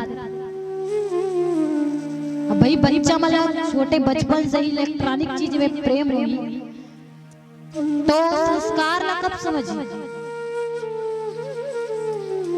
अभी छोटे छोटे बच्चा घर में होला भागवत में लेकर के आना चाहिए ताकि भगवान के बारे में समझे, भक्ति जागे। लेकिन नहीं, मोबाइल तेकर कारण अब देखा तो आप सब अपन नजर के सामने बच्चा मन के संस्कार धीरे धीरे करके सब समाप्त हो जा। देखे हो ना शहर, बड़े बड़े शहर में जा करके देखो कि लड़की मन अब कैसे कैसे वस्त्र पहनने चालू कर दे। ऐसे ऐसे वस्त्र धारण करती है कि शरीर थोड़ा सा भी नहीं ढक पाता। भाई वस्त्र इसलिए पहनते हैं कि शरीर ढके, ना कि शरीर दिखाने के लिए। ये सब ऐसा क्यों हो रहा है? क्योंकि संस्कार समाप्त हो रहे हैं। अगर संस्कार को बनाए रखना है तो अपने बच्चों को बचपन से ही अच्छी अच्छी शिक्षा दीजिए ताकि वो रास्ता न भटक जाए।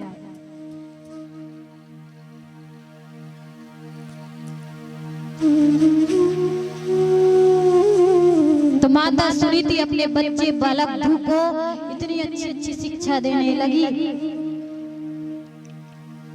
इधर राजा को पता चला कि सुनीति का पुत्र हुआ है, नाम भी रख दिया है ध्रुव। राजा को मन तो बहुत होता था कि मैं अपने पुत्र को देखूं। भाई पिता पिता होते हैं, चाहे कितना भी देश कर ले, तो उनका मन तो बहुत होता था, लेकिन सुरुचि के कारण उनके डर में वो कहीं जा नहीं पाते थे। अब इधर बालक धीरे धीरे करके बड़ा हुआ, 6 साल का हो गया। अब स्कूल जाने लगा, स्कूल जाता सब बच्चे उन्हें चिढ़ाने लगते, ये फटा कपड़ा पहना है, इनके पिता जितना बड़ा राजा है फिर भी बेचारा फटा कपड़ा पहनता है, इसकी माँ को घर से निकाल दिया। बच्चे उन्हें ताने देने लगे, तरह तरह की बातें कहने लगे, तो बहुत दुखी हो जाता। रोज घर में आता एक ही प्रश्न करता, माँ मेरे पिताजी कौन है? लेकिन उसकी माँ इधर उधर बात करके अपने बच्चे को नहीं बताती। कैसे बताऊं मैं अपने बच्चे को? तो इधर इधर बातें कर देती, नहीं बताती। तो अब बालक बार बार वही प्रश्न करने लगा। अब आज तो स्कूल गया, उसका मन इतना उदास हो गया कि स्कूल से रोते रोते आया और माँ से प्रार्थना करने लगा कि हे माँ, मुझे बताओ मेरे पिताजी कौन है? मेरे सभी मित्र कहते हैं कि मेरे पिताजी जो यहाँ के राजा प्रियव्रत है, वही मेरे पिताजी हैं।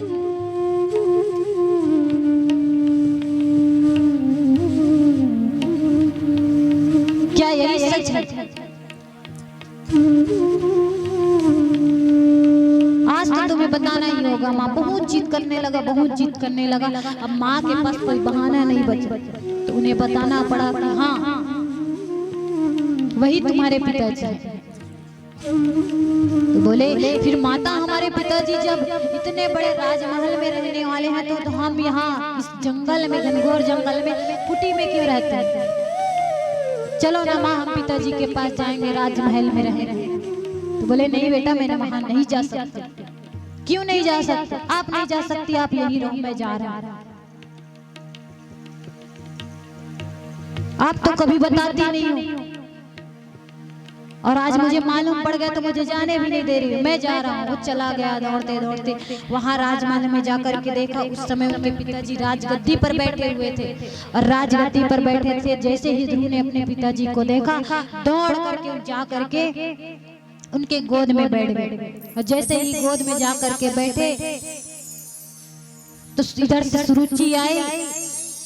जैसे ही उसने देखा कि ये सुनीति का पुत्र मेरे स्वामी के गोद में बैठा है, दौड़ते दौड़ते आई और उसका हाथ पकड़ी खींच करके और उसे नीचे गिरा दिया। चला जाए यहाँ से, किसने तुझे यहाँ भेजा है? तू उस राजगद्दी में बैठने के लायक नहीं है। बालक ध्रुव अपनी माँ से कहने लगा, क्यों माँ, मैं क्यों उस राजगद्दी पर नहीं बैठ सकता? क्यों मैं अपने पिता का प्रेम नहीं पा सकता? मैं ही तो उनका पुत्र हूँ। तुम उनके पुत्र हो, लेकिन साथ ही साथ तुम सुनीति के पुत्र हो, इसलिए तुम यहाँ नहीं रह सकते। इस राजमहल में, इस राजगद्दी में नहीं बैठ सकते। पिता का प्रेम तुझे नहीं मिलेगा। अगर तुझे पिता का प्रेम चाहिए तो जाओ वन में और जाकर के भगवान नारायण का दर्शन करके आओ, उनसे वरदान मांग करके आओ कि तुम मेरे गर्भ से जन्म लोगे। अगर मेरे गर्भ से तुम्हारा जन्म हो गया तो तभी तुम इस राजगद्दी में बैठ सकते हो, अन्यथा नहीं। तो उसे धक्के देकर के, तरह तरह की बातें कह के धक्के देकर के वहां से निकाल दिया। अब छोटा सा बालक रोते रोते अपने माँ के पास आया।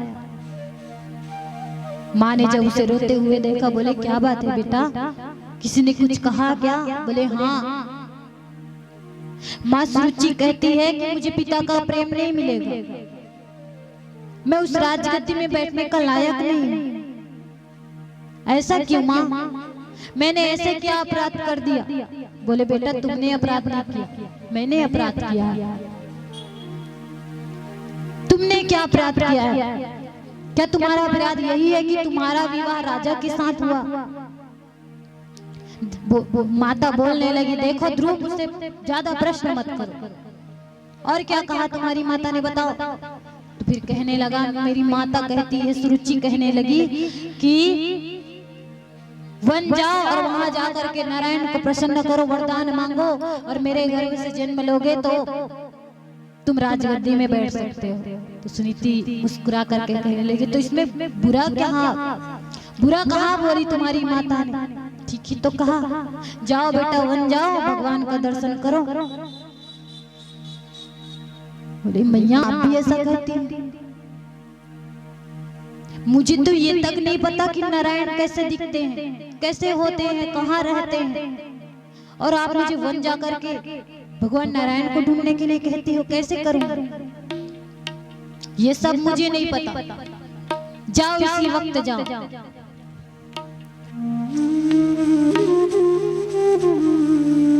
बोले मैया मैं कैसे जाऊंगा आपको छोड़ करके? कौन सी मैया? अब मैं तुम्हारी माँ नहीं हूँ, अब जो भी है तुम्हारे माता पिता बस नारायण है, तुम यहाँ से इसी वक्त चले जाओ। आज से ये सोचो कि तुम्हारा अब कोई नहीं है, न माता है न पिता है, तुम अनाथ हो, कोई तुम्हारा नहीं है। और चलो वन में जाओ तुम यहाँ से। तो उसे उसकी माँ भी तरह तरह की बातें बोल करके उसे भी भेज दी। और बेचारा छोटा सा बालक रोते रोते रोते रोते घने वन में गया। क्या जाने वो नारायण कौन है, कहाँ रहते हैं। एक पेड़ के नीचे बैठ गया और अपनी माँ को याद करने लगा। ऐसी माँ सुनीति जो अपने हृदय में पत्थर रख करके अपने उस छोटे से बालक को वन में भेज दी। ऐसा नहीं कि सुनीति के अंदर प्रेम नहीं रहा होगा, प्रेम था, लेकिन वो चाहती थी कि सुरुचि ने जो उसे कहा है वो उसे कर करके दिखाए। अगर सच में भगवान को मेरे पुत्र की भक्ति पसंद आ गई तो निश्चित ही मेरे पुत्र को दर्शन दे देंगे। इधर माँ बहुत रो रही है, ध्रुव को याद कर करके, भले ही उसे भला बुरा बोल दो, लेकिन वो दिल से चाहती है कि वो नारायण भगवान का दर्शन करके ही आए। अब उसे किसी की ताने सुननी ना पड़े। अब बालक ध्रुव तो वन में गया है, वृक्ष के नीचे बैठ बैठ के रो रहा है, अपनी माँ की एक एक बातें को याद कर रहा है कि कैसे उनकी माँ अपने हाथों से भोजन कराती थी, अपने गोद में सुलाती थी।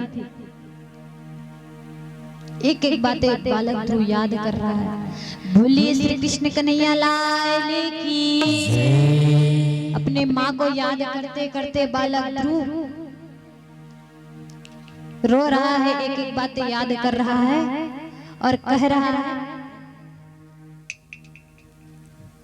माँ बच्चों की जान होती है,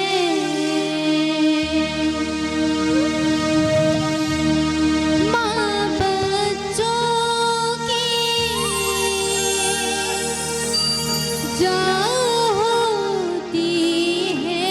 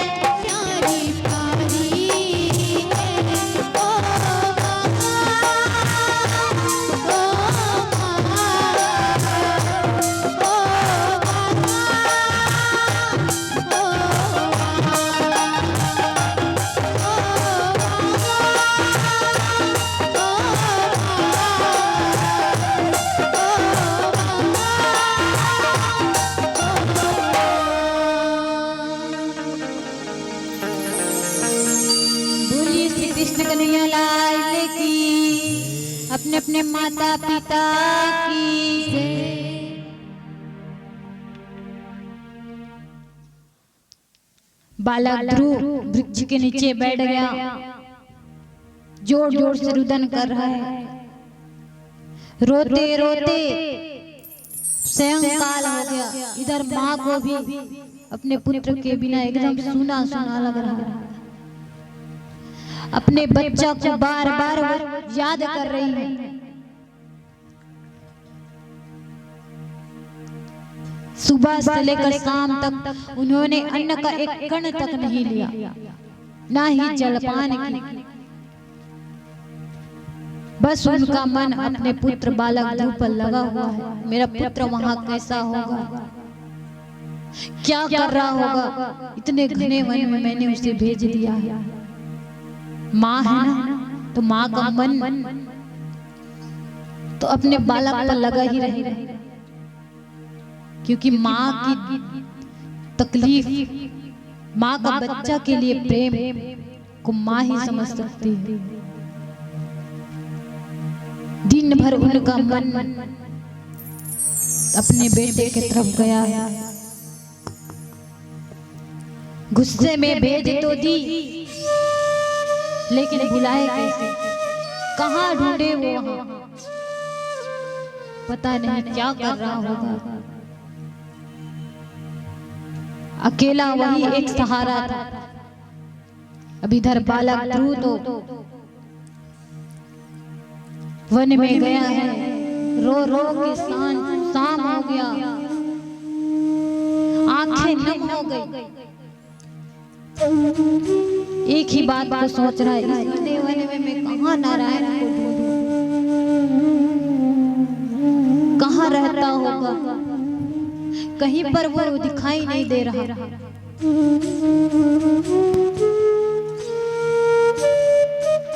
नारद जी को ध्रुव पर दया आ गई और नारद जी आ गए उसी वन में। कहते हैं कि बिना गुरु के कभी भगवान का दर्शन नहीं हो सकता। अगर भगवान तक पहुंचना है तो एक गुरु रूपी भगवान का सहारा लेना पड़ता है। उनकी सहारा अगर मिल जाए तो भगवान से मिलने में देरी नहीं होती। तभी तो एकलव्य अपने गुरु का पुतला बना करके शास्त्र सीख गया, श्रेष्ठ धनुर्धन बन गया। तो अब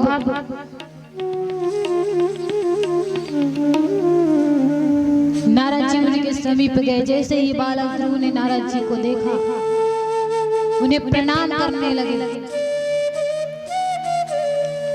क्योंकि बिना गुरु के हमारी जो भाव रूपी नैया है वो पार नहीं हो सकता। तुलसीदास जी लिखते हैं, गुरु बिन भाव निधि तरहि न कोई, हो जो बिरन शंकर सम होई।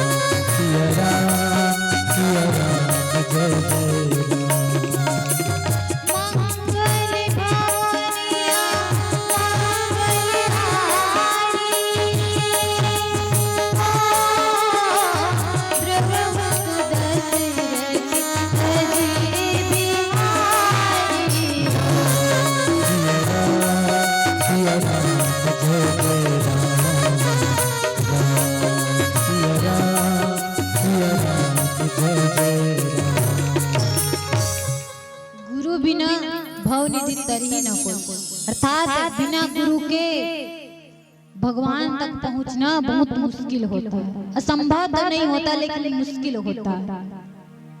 लेकिन गुरु को भी सोच समझ करके बनाना चाहिए। छत्तीसगढ़ी में कहावत है ना, पानी पियो छान के गुरु बनाओ जान के। तो गुरु को भी सोच समझ करके बनाना चाहिए, इसे ढोंगी पाखंडी को नहीं तो ज्ञान के नाम पर आपको बस धन दौलत लूटेगा, होना जाना कुछ नहीं। तो श्री सुखदेव जी महाराज राजा परीक्षित को बालक गुरु की कथा बता रहे हैं कि इतना छोटा सा बालक वन में पड़ा हुआ है। नारद जी जब उनके समीप गए, बालक गुरु ने जब उसे देखा तो उन्हें उनका परिचय पूछने लगे कि आप कौन हैं। तो उसने बताया कि मैं नारद हूं। जैसे ही नारद ने इतना सुना, बालक गुरु दोनों हाथों से उन्हें प्रणाम करने लगे। नारद जी ने बालक गुरु से कहा, मुझे जानते हो?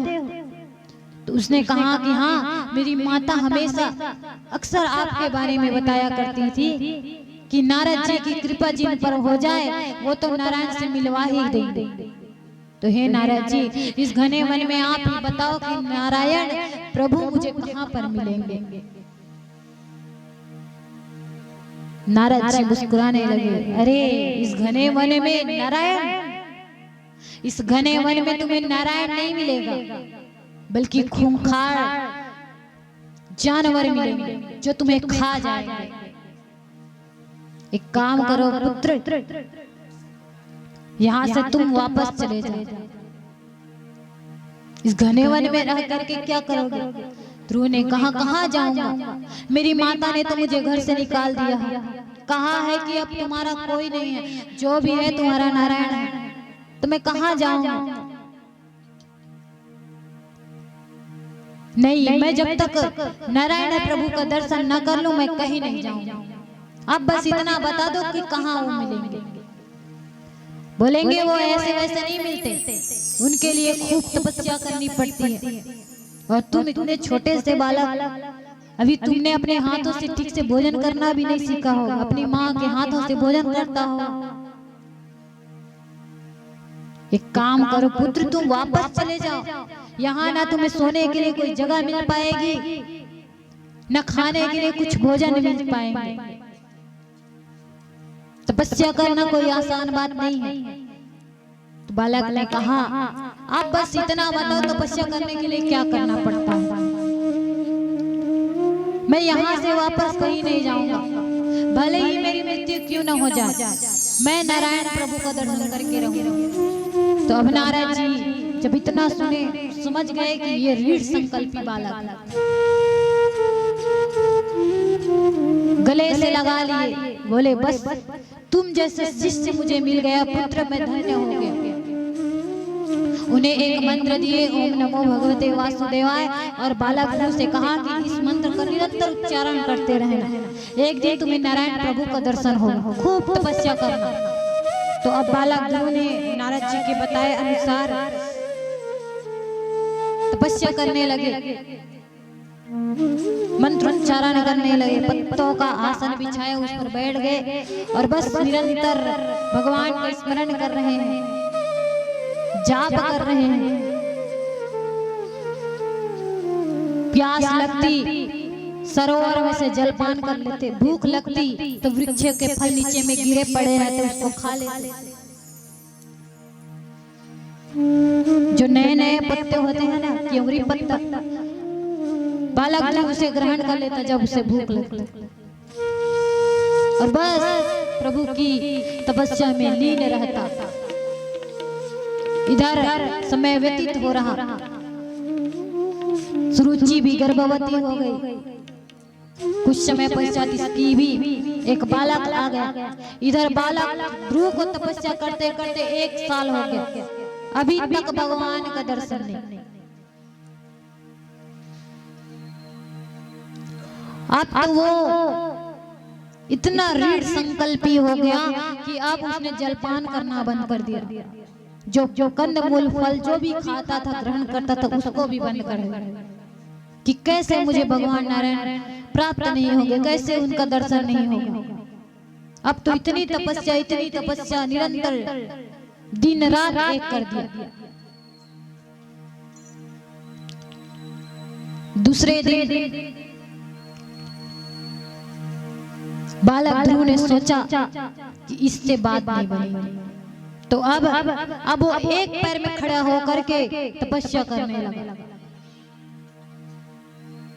कुछ दिन ये तपस्या भी की, इतने में नहीं हुआ तो अब तो बालक ध्रुव ने अपने श्वास को रोक लिया। अब तो मैं मर जाऊंगा, अगर मुझे भगवान का दर्शन होना है तो हो जाए, नहीं तो ये शरीर क्या करूंगा जब मेरा कोई है ही नहीं, केवल मेरे नारायण प्रभु है। और वही अगर मुझे दर्शन नहीं दे रहे हैं, मुझे अपना स्वीकार नहीं कर रहे हैं, तो मैं क्या करूंगा। तो अब वो श्वास रोक लिया, श्वास रोक करके बैठा है, तपस्या कर रहा है। और जैसे ही बालक ध्रुव ने श्वास रोका कि उधर देवताओं की जो गद्दी है वो हिलने लग गई, देवतागण इधर उधर डोलने लग गए। अब उनकी श्वास रुकने लग गई, सभी देवतागण घबरा गए, सभी भगवान ब्रह्मा के पास गए कि प्रभु इस भक्त की भगवान और कितनी परीक्षा लेंगे।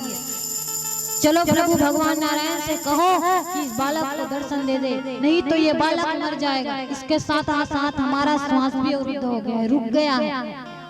तो भगवान ब्रह्मा जी बोले, अरे तुम सबका क्या कहूँ, मेरा भी यही हाल है। तो सब देवता भगवान ब्रह्मा जी सहित भगवान नारायण के पास गए, जाकर के उनसे प्रार्थना करने लगे कि हे प्रभु, अब तो इस बालक की और परीक्षा ना लो, जाकर के इसे दर्शन दे दो। तो भगवान बोले कि हाँ, अब इसकी परीक्षा की घड़ी समाप्त हो गई, अभी मैं दर्शन देने जाने ही वाला था। भगवान नारायण चतुर्भुज लिए और बालक ध्रुव को दर्शन देने लगे। अब जैसे ही बालक ध्रुव को कहा कि हे पुत्र आंखें खोलो, तुम्हारे भक्ति से मैं बहुत प्रसन्न हो गया। तो जब इतना बालक ध्रुव ने सुना तो उसने अपने आंखें खोली, और जैसे ही आंखें खोली भगवान का ऐसा दिव्य प्रकाश, सूर्य के समान प्रकाश। कोई सूर्य देखता है? एक घंटा कोई देख के बता, देख डारी कोई देख डारू?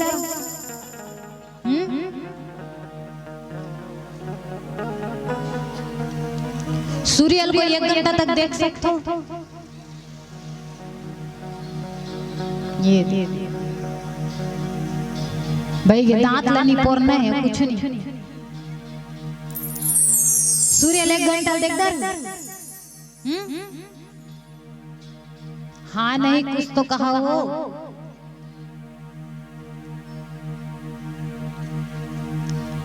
इतना कन खा होता बोले,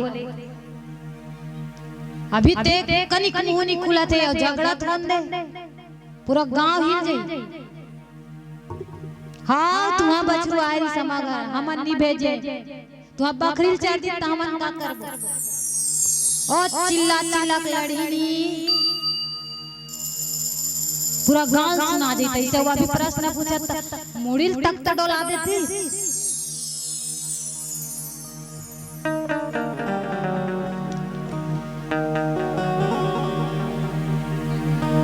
पथरा देवी असन बैठ गए चुकले। कैसे अहल्या माता हो, राम भगवान आई, पथरल तुम्हारा देवी बनाया।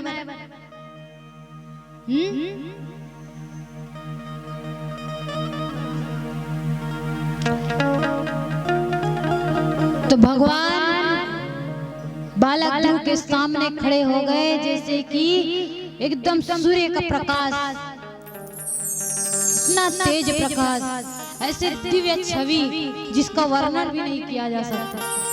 बालक ध्रुव छोटा बालक, उसको तो पता नहीं था कि नारायण दिखता भी कैसा है। तो जब भगवान को जब उसने देखा तो वो डर गया कि ये कौन है। अब वो डरने लगा, उसका हाथ पर कांपने लगा। तो भगवान बोले, देखो पुत्र घबराओ नहीं, जिस प्रभु का तुमने दर्शन करने के लिए इतना तपस्या किया है ना, मैं वही हूँ। मैं तुम्हें दिव्य चक्षु देता हूँ, तुम मेरे इस रूप को देखो, इसका दर्शन करो। इस रूप के दर्शन के लिए देवता भी तरसते हैं, जिस रूप का आज तुम दर्शन कर रहे हो। तो बालक को दिव्य दृष्टि दी गई और बालक ध्रुव ने जब भगवान की छवि को निहारा तो मन मुग्ध हो गया, जैसे कि एकदम प्यास में तड़पत रहे हो। एकदम गर्मी के दिन में अच्छा प्यास में तड़पत रहे, छक करसक पानी कोई दे देते ना 2 गिलास, एकदम पेट भरते, एकदम शांति मिलते ना, वैसे ही शांति बालक ध्रुव भगवान के दर्शन करके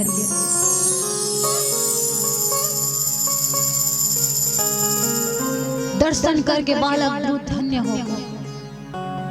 जिस पर भी भगवान की कृपा हो जाए ना, उसकी जीवन, वो तो धन्य होगा ही, उसका जीवन भी धन्य हो जाता है। क्यों? क्योंकि जा पर कृपा राम की होई,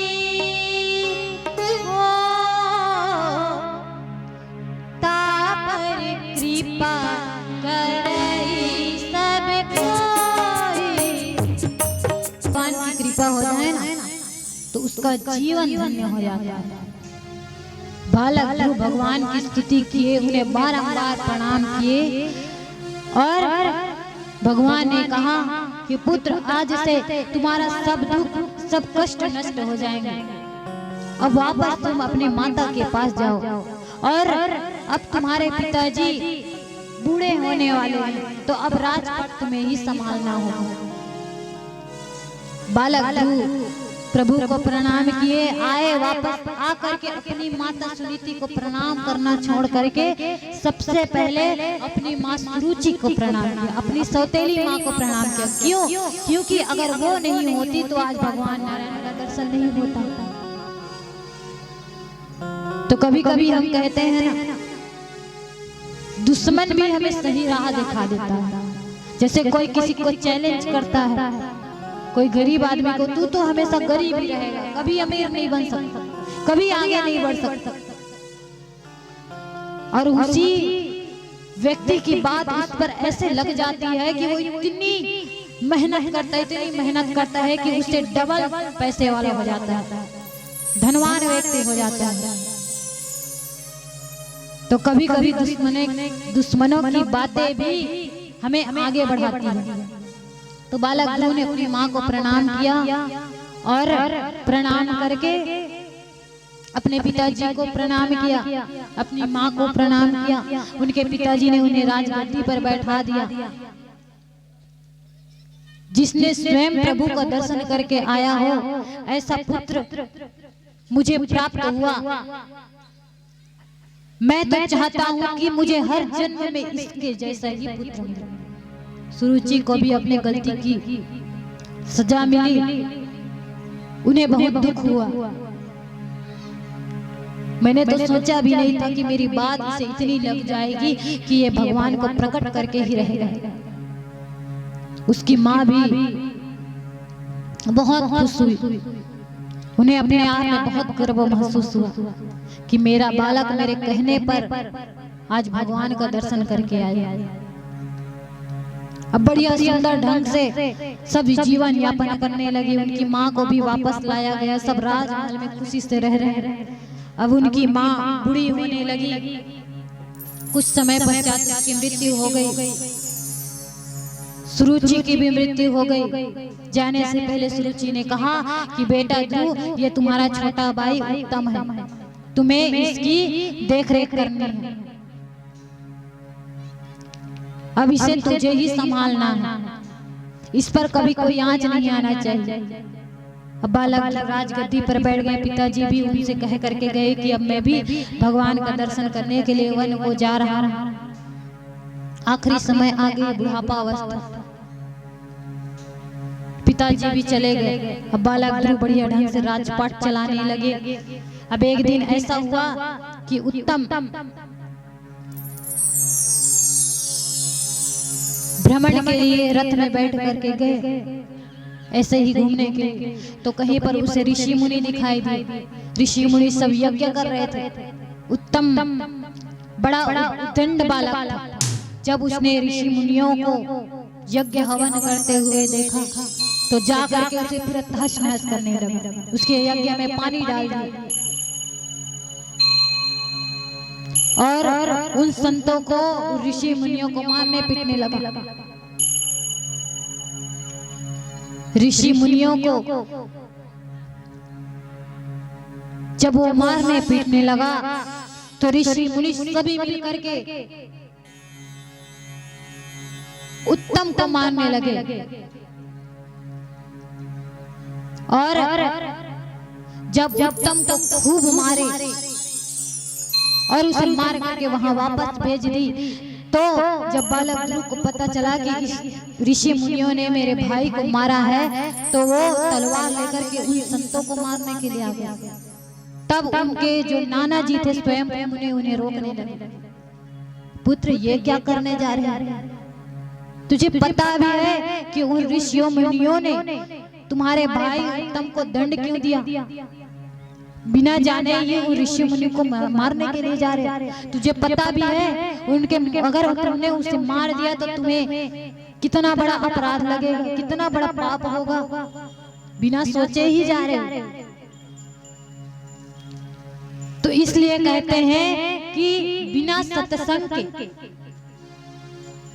भगवान का दर्शन तो वो कर लिया, लेकिन सत्संग बिना वो संतों की कीमत नहीं जानते कि संत ही ऐसे होते हैं जिनकी कृपा से भगवान का दर्शन होता है। क्योंकि नारायण जी भी जिस संत थे, जिस संत ने बालक ध्रुव को भगवान नारायण का दर्शन कराया, और उन्हीं संतों के ऊपर आज ध्रुव अत्याचार करने जा रहा था, तो आज स्वयं मुनि उन्हें सत्संग सुनाने के लिए अपने पास बैठाए। क्योंकि बिना सत्संग के भले ही भगवान का दर्शन कर ले, लेकिन बिना सत्संग के विवेक विकास नहीं होता, ज्ञान नहीं बढ़ता।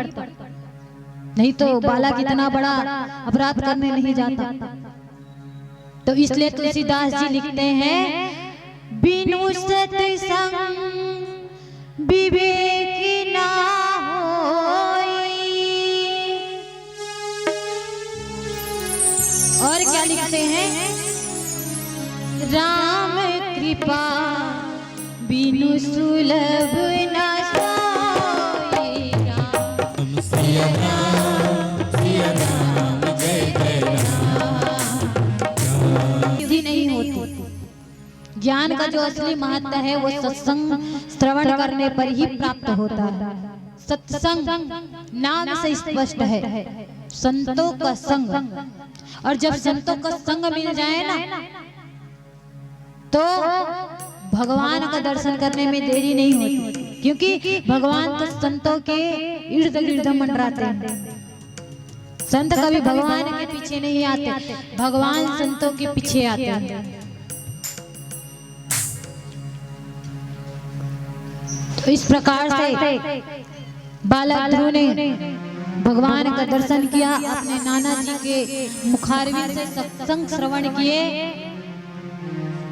श्री सुखदेव जी महाराज राजा परीक्षित को बताते हैं कि परीक्षित, तुमने प्रश्न किया था ना कि भगवान ये देखते होंगे कि आप कितने उम्र के हो, तो भगवान उम्र नहीं देखते, नहीं तो उस छोटे से बालक को भगवान दर्शन नहीं देते। राजा परीक्षित श्री सुखदेव जी महाराज से कहने लगे कि महाराज, आपने इससे पूर्व एक और कथा बताई थी। आपने कहा था कि भगवान एक बार शुकर का रूप अवतार लेकर के आए थे, और शुकर के रूप में अवतार लेकर के आए। जब हिरण्याक्ष नाम के दैत्य का जब उसने वध किया, तो उनके भाई हिरण्यकश्यप बदला लेने के लिए तत्पर थे। तो उन्होंने भगवान के साथ बदला कैसे लिया, ये प्रभु आपने नहीं बताया। तो श्री सुखदेव जी महाराज कहते हैं, हिरण्यकश्यप के मन में भगवान के लिए तो बहुत घृणा जागृत हो गई थी। वो भगवान से बहुत घृणा करने लगते थे, और इतनी घृणा कि वो भगवान का नाम तक सुनना पसंद नहीं करते थे। अब वो भगवान से बदला ले तो ले कैसे, बस यही हिरण्यकश्यप के मन में चलता रहता था। आज प्रातः काल उसने विचार कर लिया कि अब मैं कैलाश पर्वत जाऊंगा, वहां जाकर के खूब तपस्या करूंगा और अमर होने का वरदान प्राप्त करूंगा। जब मैं अमर हो जाऊंगा तो मुझे उस नारायण से भी डरने की जरूरत नहीं होगी।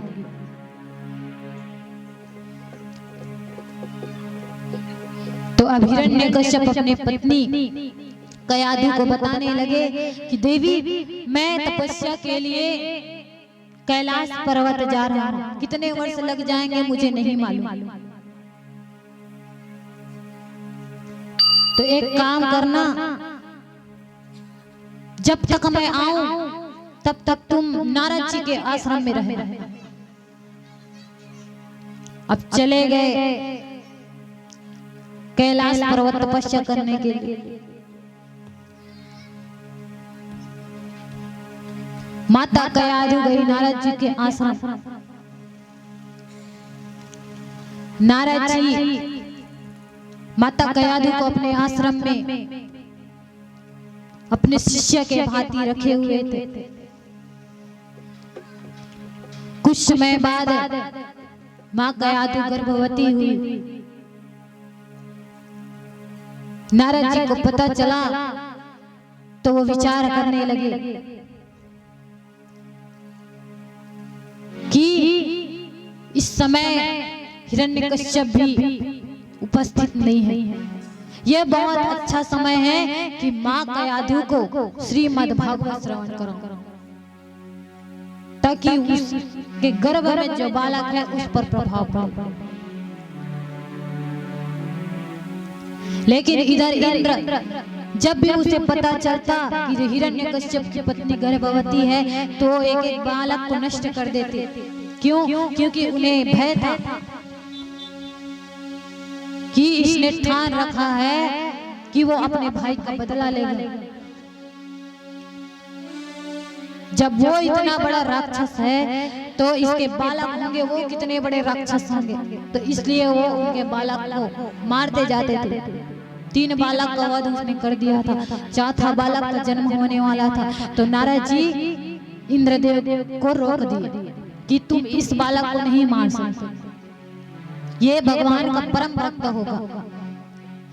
इंद्रदेव चले गए।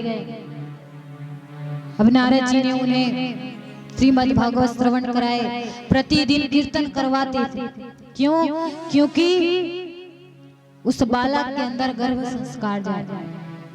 इसलिए माताओं को भी जब वो गर्भवती होती हैं तो ये ध्यान रखना चाहिए। उस समय लड़ाई झगड़े इधर उधर की बातें ज्यादा नहीं सोचनी चाहिए, क्योंकि वो जो भी सोचेगी, जैसा कार्य करेगी, उस बालक पर उसका प्रभाव पड़ेगा।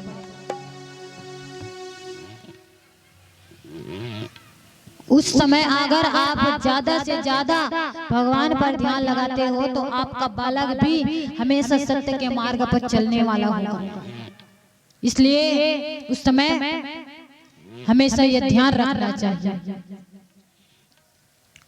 तो अब कुछ महीने पश्चात बालक का जन्म हुआ। नारद जी ने उसका नाम भी रख दिया प्रहलाद। अब इधर हिरण्यकश्यप ने खूब तपस्या करके भगवान भोलेनाथ को प्रकट कर लिया। अब भगवान भोलेनाथ से वरदान मांगने लगा कि मुझे वरदान दो कि मैं अमर हो जाऊं। भगवान भोलेनाथ बोले, मैं तुम्हें वरदान तो दे दूंगा, लेकिन ये वरदान नहीं दे सकता। राक्षसों को ये वरदान मिलना वर्जित है, तुम कुछ और वरदान मांगो। तो फिर उसने कहा ठीक है, फिर तो मैं 4 वरदान मांगूंगा। बोले मांग लो। तो उसने कहा पहला वरदान ये है, ना मैं आकाश में मरूं ना धरती में मरूं। भगवान भोलेनाथ बोले ठीक है, चलो दिया। दूसरा वरदान मांगे, न मैं अस्त्र से मरूं न शस्त्र से मरूं। ठीक है, दिया। चौथा, न मैं दिन में मरूं न रात में मरूं। तीसरा, न दिन में मरूं न रात में मरूं। और चौथा, न नर से मरूं न नारायण से मरूं। भगवान भोलेनाथ ने दे दी वरदान। अब तो हिरण्यकश्यप के अंदर ऐसा अहंकार जाग गया कि अब मैं सर्वश्रेष्ठ हूँ, भगवान से भी बढ़ करके अपने आप को भगवान मानने लगा। वापस लौट करके आया जब हिरण्यकश्यप को पता चला कि उसका एक पुत्र हुआ है तो बहुत खुश हो गया। अब बालक को शिक्षा ग्रहण के लिए, जब बालक धीरे धीरे करके बड़ा हुआ, शिक्षा ग्रहण के लिए विद्यालय भेज दिया। अब उसे तो बचपन से ही, गर्भ से ही संस्कार मिला है और जन्म के बाद भी नारद जी ने उन्हें खूब भगवान की लीला भक्ति का वर्णन करवा दिया है। भगवान को कैसे प्राप्त किया जाता है। तो अब प्रहलाद को विद्यालय भेज दिया विद्या ग्रहण के लिए। वहां गया, उनके गुरुजी सांड अमार उन्हें शिक्षा देने लगे, जो दैत्य की शिक्षा होती है कि कैसे संत के ऊपर अत्याचार करना चाहिए, कैसे हाहाकार मचाना चाहिए। अब राक्षसों के जैसे शिक्षा होगी वैसे ही देंगे। तरह तरह से उन्हें शिक्षा देने लगे, वेशभूषा कैसी होनी चाहिए, कैसे अपने बल का दुरुपयोग करना चाहिए, सब चीज उन्हें सिखा रहे। लेकिन बालक ध्रुव तो आंख बंद करके भगवान के ध्यान में लगा हुआ, किसी की बातें नहीं सुनता, केवल नारायण नारायण नारायण नारायण, बस यही नाम उसके मुख में निरंतर चलता रहता। नारायण नारायण। रोज रोज उनको शिक्षा दी जा रही, लेकिन वो कोई शिक्षा को ग्रहण नहीं कर रहा।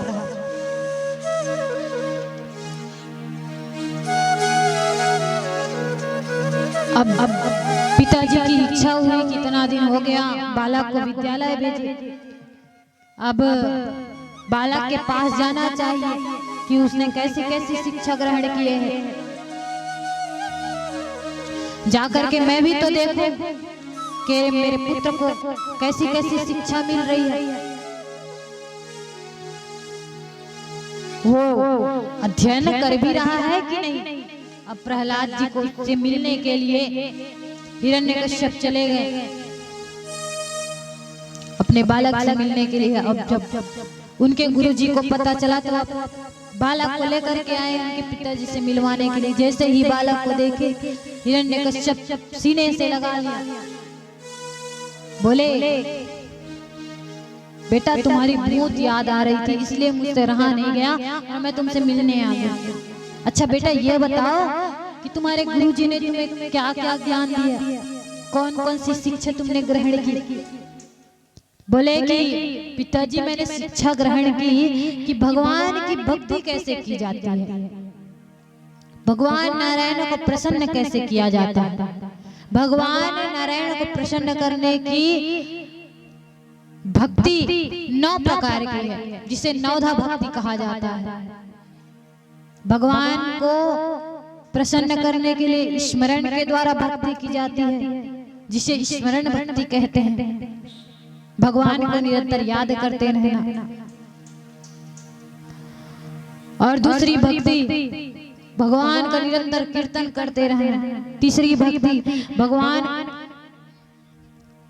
की छवि को दिन भर निहारते रहना। चौथी भक्ति दिन भर भगवान के नाम को गाते रहना। जब इतना हिरण्यकश्यप ने सुना, उसे बहुत क्रोध आया। बार बार जब उसने नारायण नारायण का नाम लिया, हिरण्यकश्यप क्रोधित हो गए और बालक ध्रुव से कहने लगे, बस क्या यही शिक्षा तुमने यहाँ ग्रहण किया। सांडामार का तुरंत बुलाया गया और उनसे कहने लगे कि तुमने मेरे बालक को कैसी कैसी शिक्षा दी, ये तो मेरे दुश्मन का नाम अपने मुख में बार बार ला रहा है। क्या इसे मालूम नहीं कि दुनिया का अगर सबसे बड़ा शत्रु कोई है तो वो नारायण है। घृणा करता हूं मैं उससे, और यहाँ कोई भगवान नहीं है। भगवान अगर कोई है तो वो मैं। अच्छे से इसे शिक्षा दो, अच्छा से समझाओ। इसके मुख में अगर अब नारायण का नाम आया तो इसे तो बाद में दंड दूंगा, पहले तुम्हें ही दंड मिलेगा। लेकिन भक्त के हृदय में भगवान का नाम बस गया तो उसे कोई नहीं मिटा सकता। तो बालक रात में भी उठ करके बैठ जाते और नारायण नारायण का नाम स्मरण करने लगते। बालक ध्रुव प्रातः काल हुआ और भगवान नारायण का स्मरण कर रहे हैं, उनका कीर्तन कर रहे हैं। जय नारायण हरि हरि स्वामी नारायण हरि हरि। अब तो बस नारायण नारायण नारायण नारायण कीर्तन कर रहा है। जितने बालक थे जब सबने सुना तो वो भी प्रहलाद के पास आ गए और वो भी उनके साथ मिल करके नारायण नारायण करने लगे। तो आप सबको भी भगवान का नाम लेना है, भगवान श्री नारायण जी को याद करते हुए उनके नाम को गाना है, कीर्तन करना है। नहीं तो माछी खेले ताली बजाते, माछी गला बैठी रही नहीं भागे, इसने ताली बजाई रहती।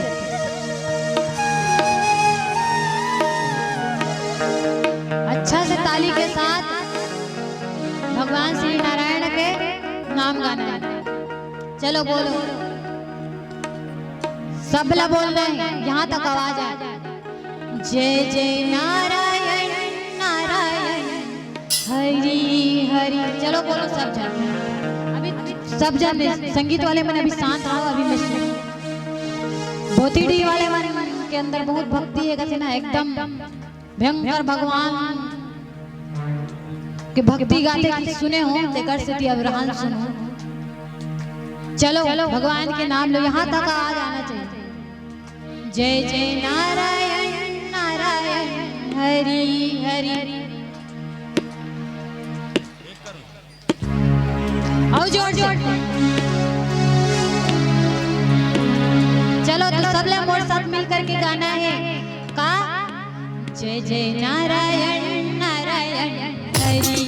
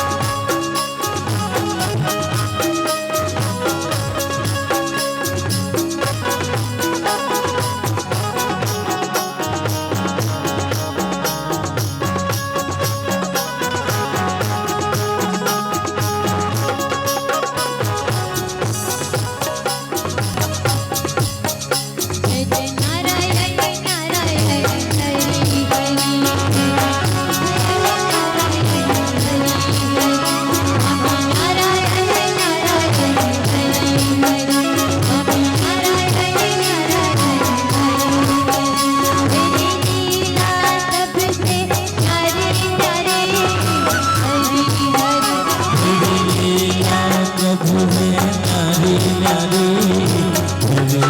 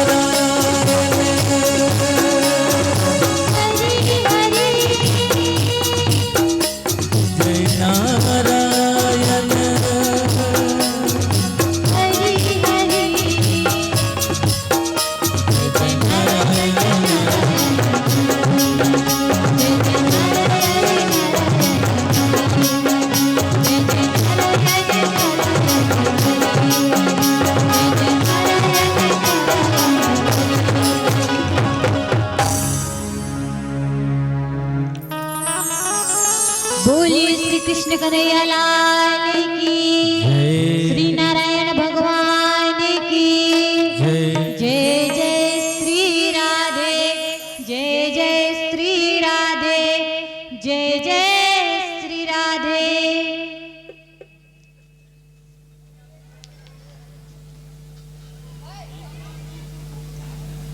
तो श्री सुखदेव जी महाराज राजा परीक्षित को कथा श्रवण करा रहे हैं कि हिरण्यकश्यप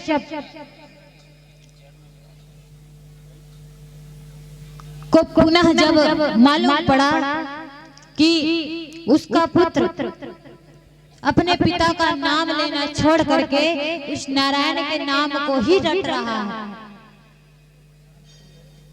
प्रहलाद स्वयं तो नारायण का जाप कर रहे थे, लेकिन अपने साथ साथ अपने पूरे मित्रों को भी अब नारायण का नाम स्मरण करवाने लग गए। दर्शन मार कर उनके पिताजी के पास सूचना भिजवाई। पिताजी ने उसे विद्यालय से वापस अपने महल लेकर के गए। अब तो पिताजी ने उसे खूब समझाया, फिर भी वो नहीं समझा। तो अब पिताजी इतने क्रोधित हो गए कि उसे तरह तरह के दंड देने लगे। कितने दिन तक कारावास में बंद करके रखे, न भोजन दिया न जल दी। इतने में भी जब उसने नारायण का नाम नहीं छोड़ा तो उसने एक जेल जिसमें बहुत सारे जहरीले सांप थे, उस कारावास में प्रहलाद को छोड़ दिया। वहां भी भगवान नारायण की कृपा से वहां उसे कुछ नहीं हुआ। तो कभी जलती हुई आग में, तो कभी उबलती हुई कढ़ाई में, तो कभी हाथी के पांव के नीचे, तो कभी सिंह के पास अपने बालक को पता नहीं तरह तरह के दंड दिए, लेकिन कितने में भी बालक ध्रुव के मुख से नारायण का नाम नहीं गया। तो आज पिताजी को इतना क्रोध आया, इतना क्रोध आया कि उसने सोच लिया, पहले तो बहुत समझाया, देखो पुत्र अभी भी मैं तुम्हें समय दे रहा हूँ, या तो मुझे अपने भगवान मान लो, उस नारायण को भगवान मानना छोड़ दो, अभी मैं तुम्हें क्षमा कर दूंगा, कोई दंड नहीं दूंगा। लेकिन अगर आज तुमने नारायण नाम लेना बंद नहीं किया आज से, तो मैं इसी समय तुम्हें मार दूंगा, मेरे हाथों से तुम मरोगे। बालक प्रहलाद पिताजी से बड़े प्रेम से कहने लगे, पिताजी यही बात तो मैं आपसे समझाना चाहता हूँ। देखो पिताजी, मेरे नारायण प्रभु जो है ना बहुत दयावान है, आप एक बार उनके शरण में चले जाओ, वो आपकी सारी भूल, आपकी सारी गलती, आपके सारे पाप को छोड़ करके आपको अपने शरण में दे देंगे, आपको स्वीकार कर लेंगे। आप अपने अहंकार को छोड़ दो पिताजी। और रही बात आपका भगवान मानने की, तो मैं तो आपको भगवान मानता हूँ, क्योंकि माता पिता तो भगवान होते ही है, मातृदेवो भव पितृदेवो भव, माता पिता तो भगवान होते ही है, आप मेरे भगवान हो। लेकिन जो हम सबके पिता हैं, जो हम सबके भगवान है, वो तो परम पिता परमेश्वर है, श्री नारायण है। आप तो मेरे इस शरीर के पिता हो पिताजी, लेकिन हम इस सब शरीर को बनाने वाले उस परमात्मा तो हमारे पिताजी हैं। उनके नाम को मैं कैसे छोड़ दूं? आप उनके शरण में चले जाओ पिताजी, आपको वो क्षमा कर देंगे। बहुत बालक जब बार बार नारायण नारायण और उनकी प्रशंसा करने लगे, अब तो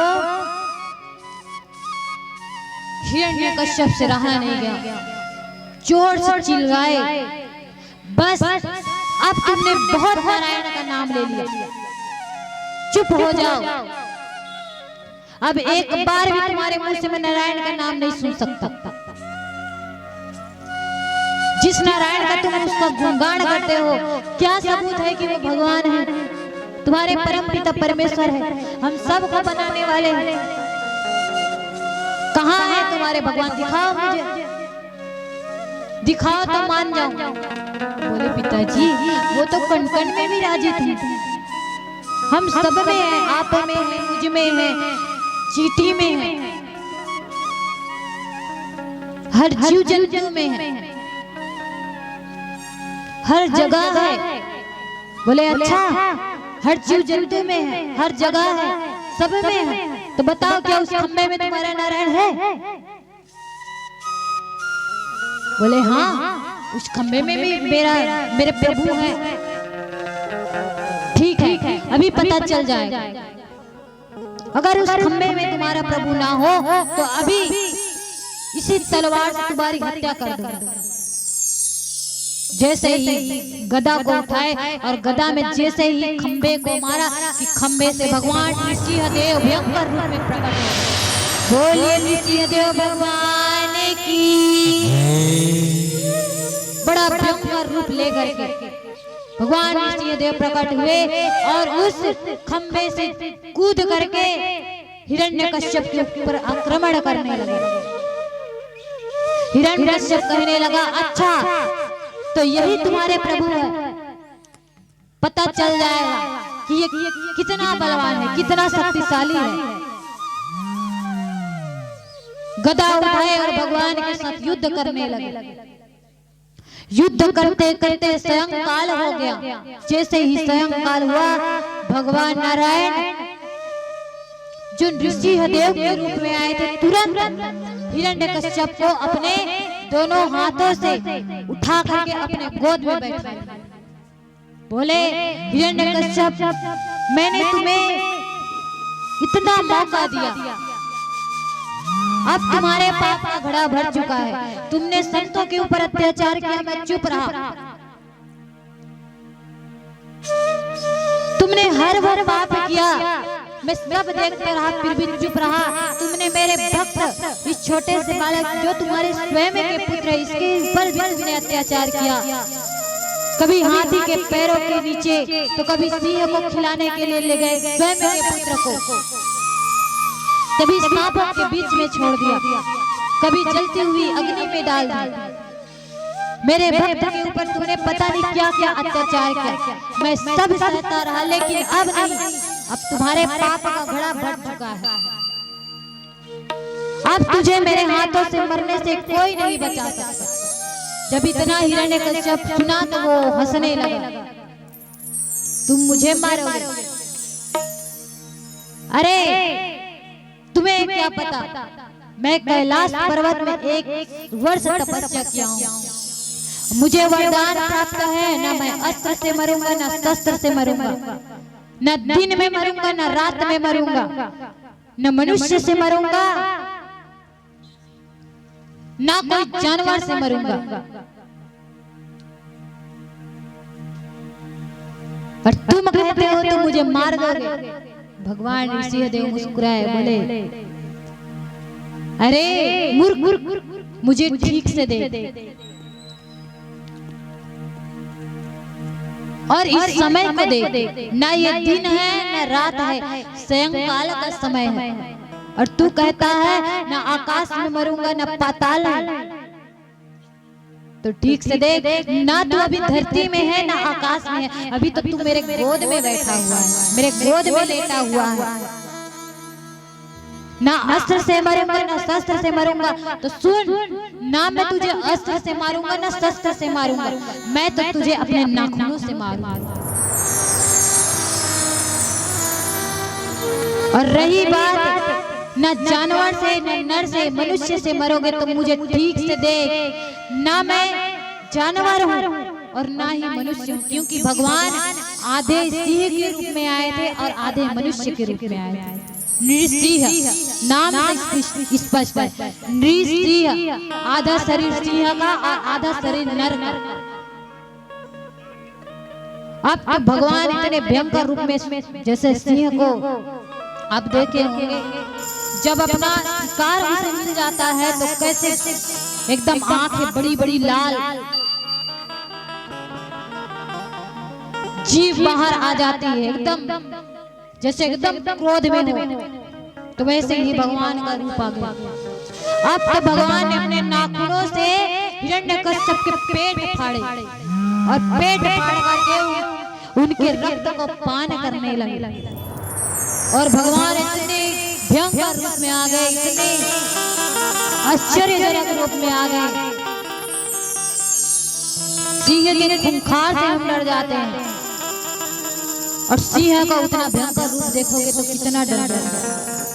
तो अब वो छोटा सा बालक प्रहलाद घबराने लगा भगवान के जब इस रूप को देखे। देवतागण देखे, बोले भगवान तो बहुत भयंकर रूप में आ गए, ये बालक डर रहा है। तो सभी देवता आए, भगवान ब्रह्मा जी आए, बालक से कहने लगे कि देखो पुत्र, डरो मत, अगर इसे कोई शांत कर सकता है तो वे केवल तुम हो, तुम ही भगवान को शांत कर सकते हो, डरो मत और भगवान के पास जाओ। बालक डरते डरते भगवान के पास आया, और जैसे ही पास में आए कि उनके गोद में बैठ गए।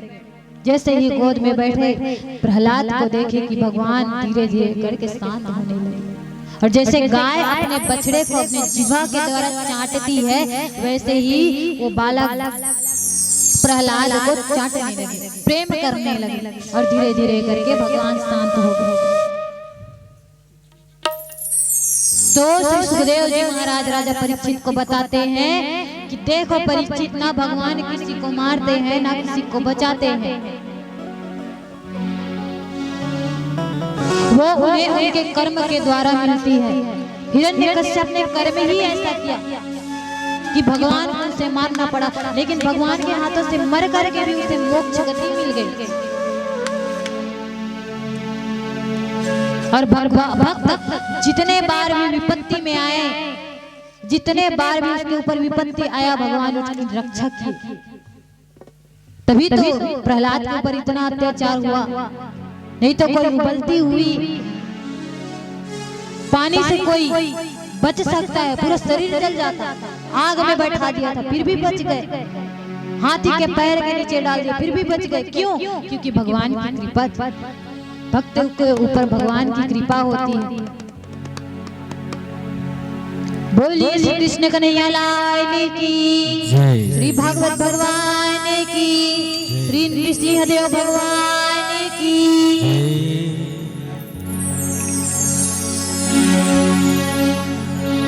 बाल न बाका होता उसका,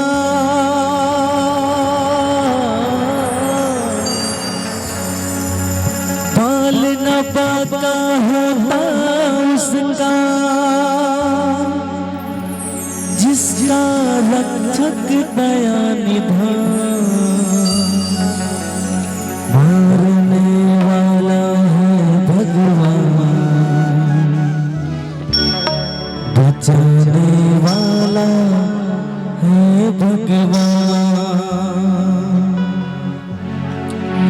मारने वाला है भगवान, बचाने वाला है भगवान, मारने वाला है भगवान, बचाने वाला है भगवान, मारने वाला है भगवान, बचाने वाला है भगवान, मारने वाला है भगवान, बचाने वाला है भगवान।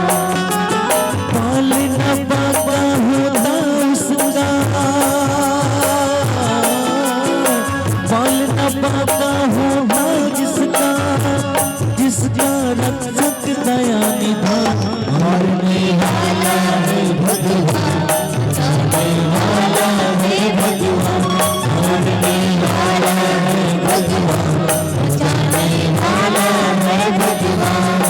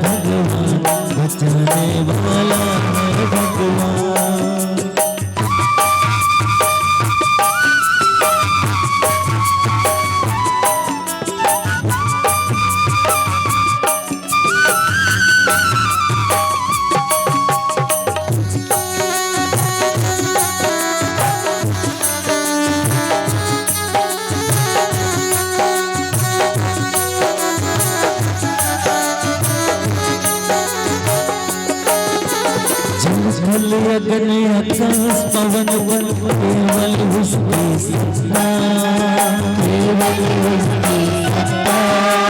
जल थल अगन आकाश पवन वन केवल उसकी सत्ता।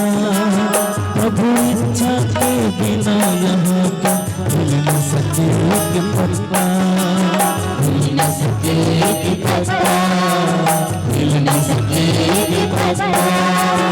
उसी का सोचा यहाँ पे होता,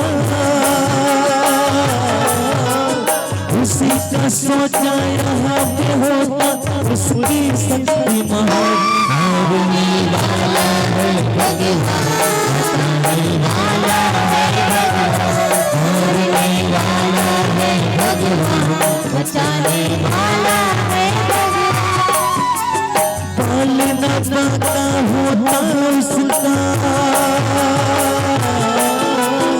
बाल न बाका होता उसका, जिसका रक्षक दया निधान मारने वाला है भगवान, बचाने वाला है भगवान, मारने वाला है भगवान, बचाने वाला है भगवान, मारने वाला है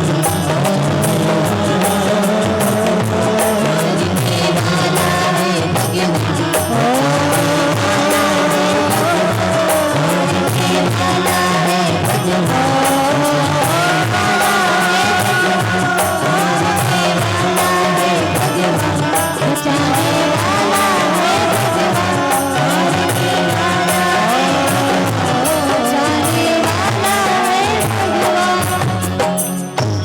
मारने वाला है भगवान,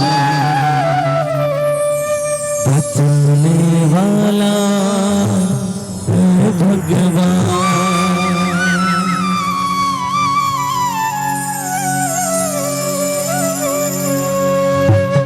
बोलिए श्री कृष्ण कन्हैया लाल की।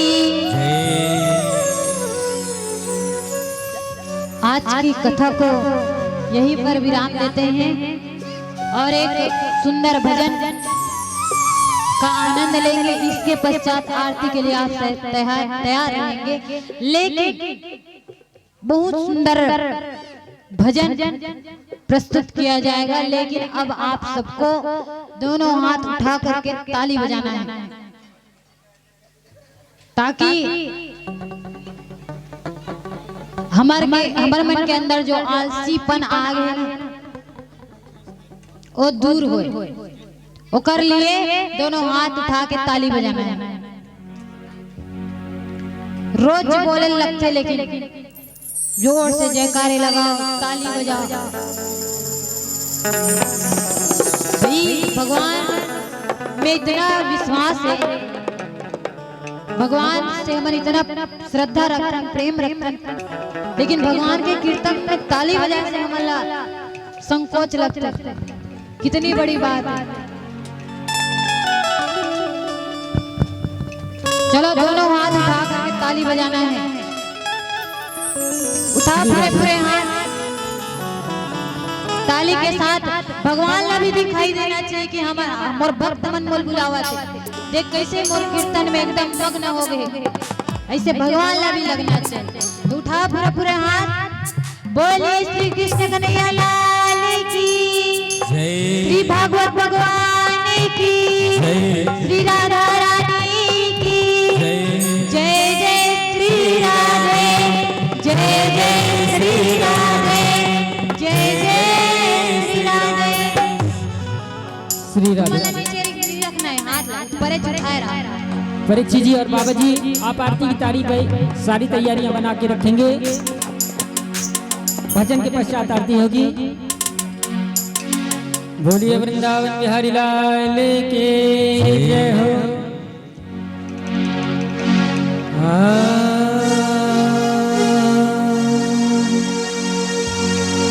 जय जय श्री राधा रमण,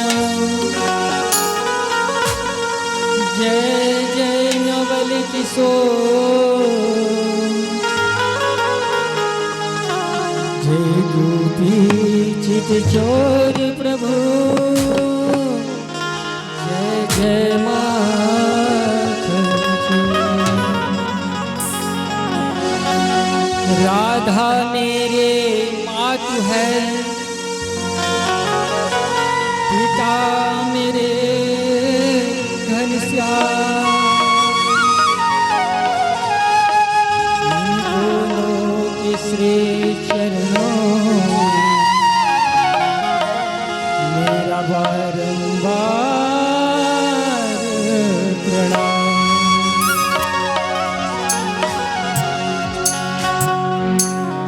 अरे मनुष्य जन्म अनमोल रे, तो मिटे ना रोल रे, अब जो मिला है फिर न मिलेगा कभी नहीं कभी नहीं कभी नहीं। इस जन्म में अनमोल रे, मिट्टी में ना गोल रे, तो मिला है फिर न मिलेगा कभी नहीं कभी नहीं कभी नहीं रे। उस जन्म में अनमोल रे, मिट्टी में ना गोल रे, अब जो मिला है फिर न मिलेगा कभी नहीं कभी नहीं कभी नहीं रे। इस जन्म में अनमोल रे, मिट्टी में ना गोल रे, तो मिला है फिर न मिलेगा कभी नहीं कभी नहीं कभी नहीं रे। साई नमो नमः, श्री साई नमो नमः, ओम साई नमो नमः, श्री साई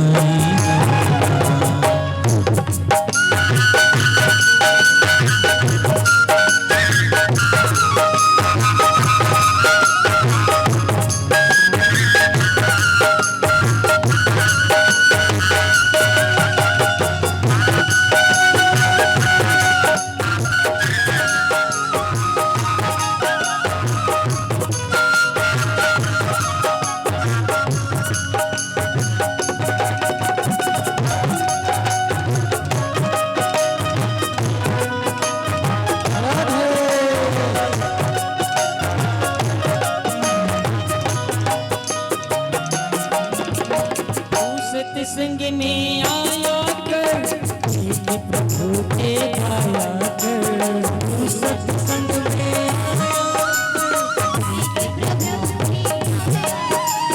सुबह सवेरे बैठ के बंदे प्रभु के हरि गुण गाया कर। सुबह सवेरे बैठ के बंदे प्रभु के हरि गुण गाया कर। पिता कुछ बोल रे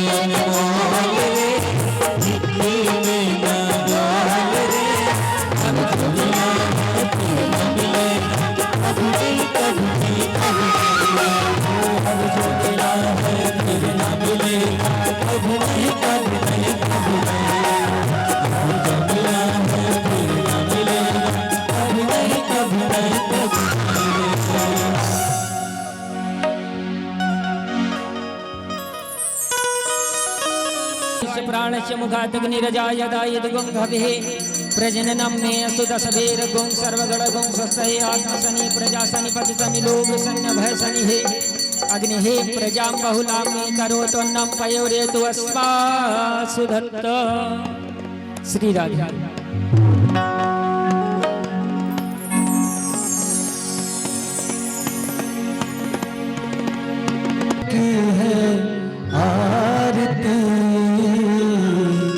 पापियों को पाप से है तारती, श्री भागवत भगवान की है आरती।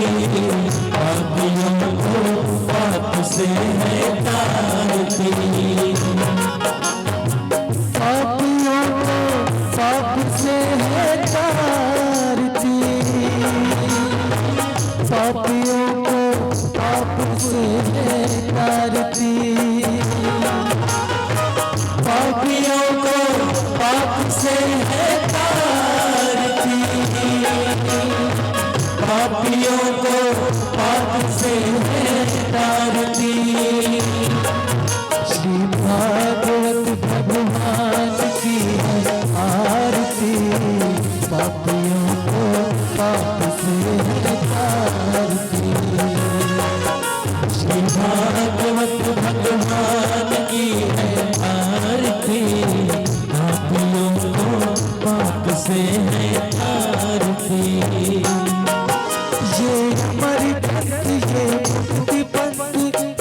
पंचम वेद निराला नव ज्योति जगाने वाला। ये अमर ग्रंथ ये मोती पंथ ये पंचम वेद निराला नव ज्योति जगाने वाला। ये अमर ग्रंथ ये मुक्ति पंथ ये पंचम वेद निराला नव ज्योति जगाने वाला। ये अमर ग्रंथ ये मुक्ति पंथ ये पंचम वेद निराला नव ज्योति जगाने वाला। हरि नाम यही हरि धाम यही हरि नाम यही हरि धाम यही यही जगमंगल की आरती पापियों को पाप से है आरती। श्री भागवत भगवान की है आरती पापियों को पाप से है आरती। ये शांति गीत पावन पुनीत पापों को मिटाने वाला हर तरस दिखाने वाला। ये शांति गीत पावन पुनीत पापों को मिटाने वाला हर तरस दिखाने वाला। ये शांति गीत पावन पुनीत पापों को मिटाने वाला हर तरस दिखाने वाला।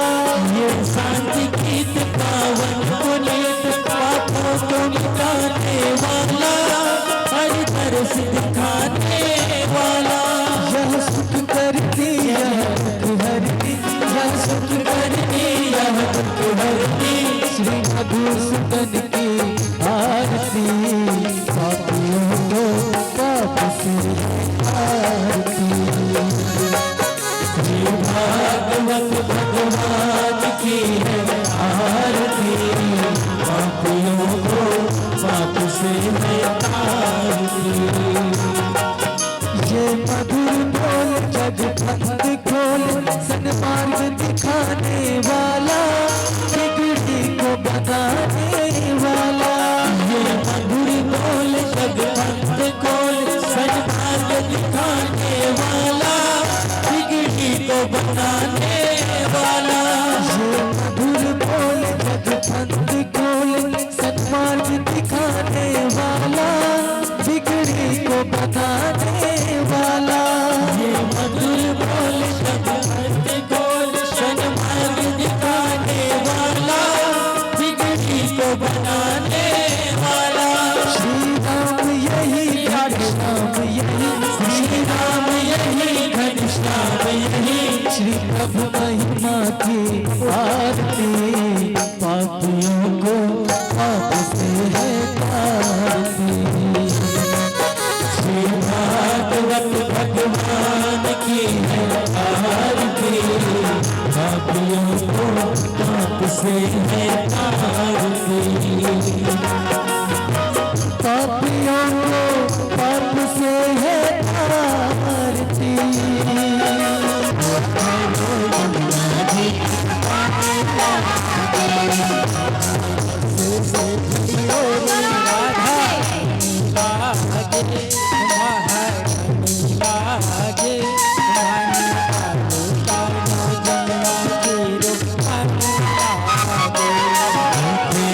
से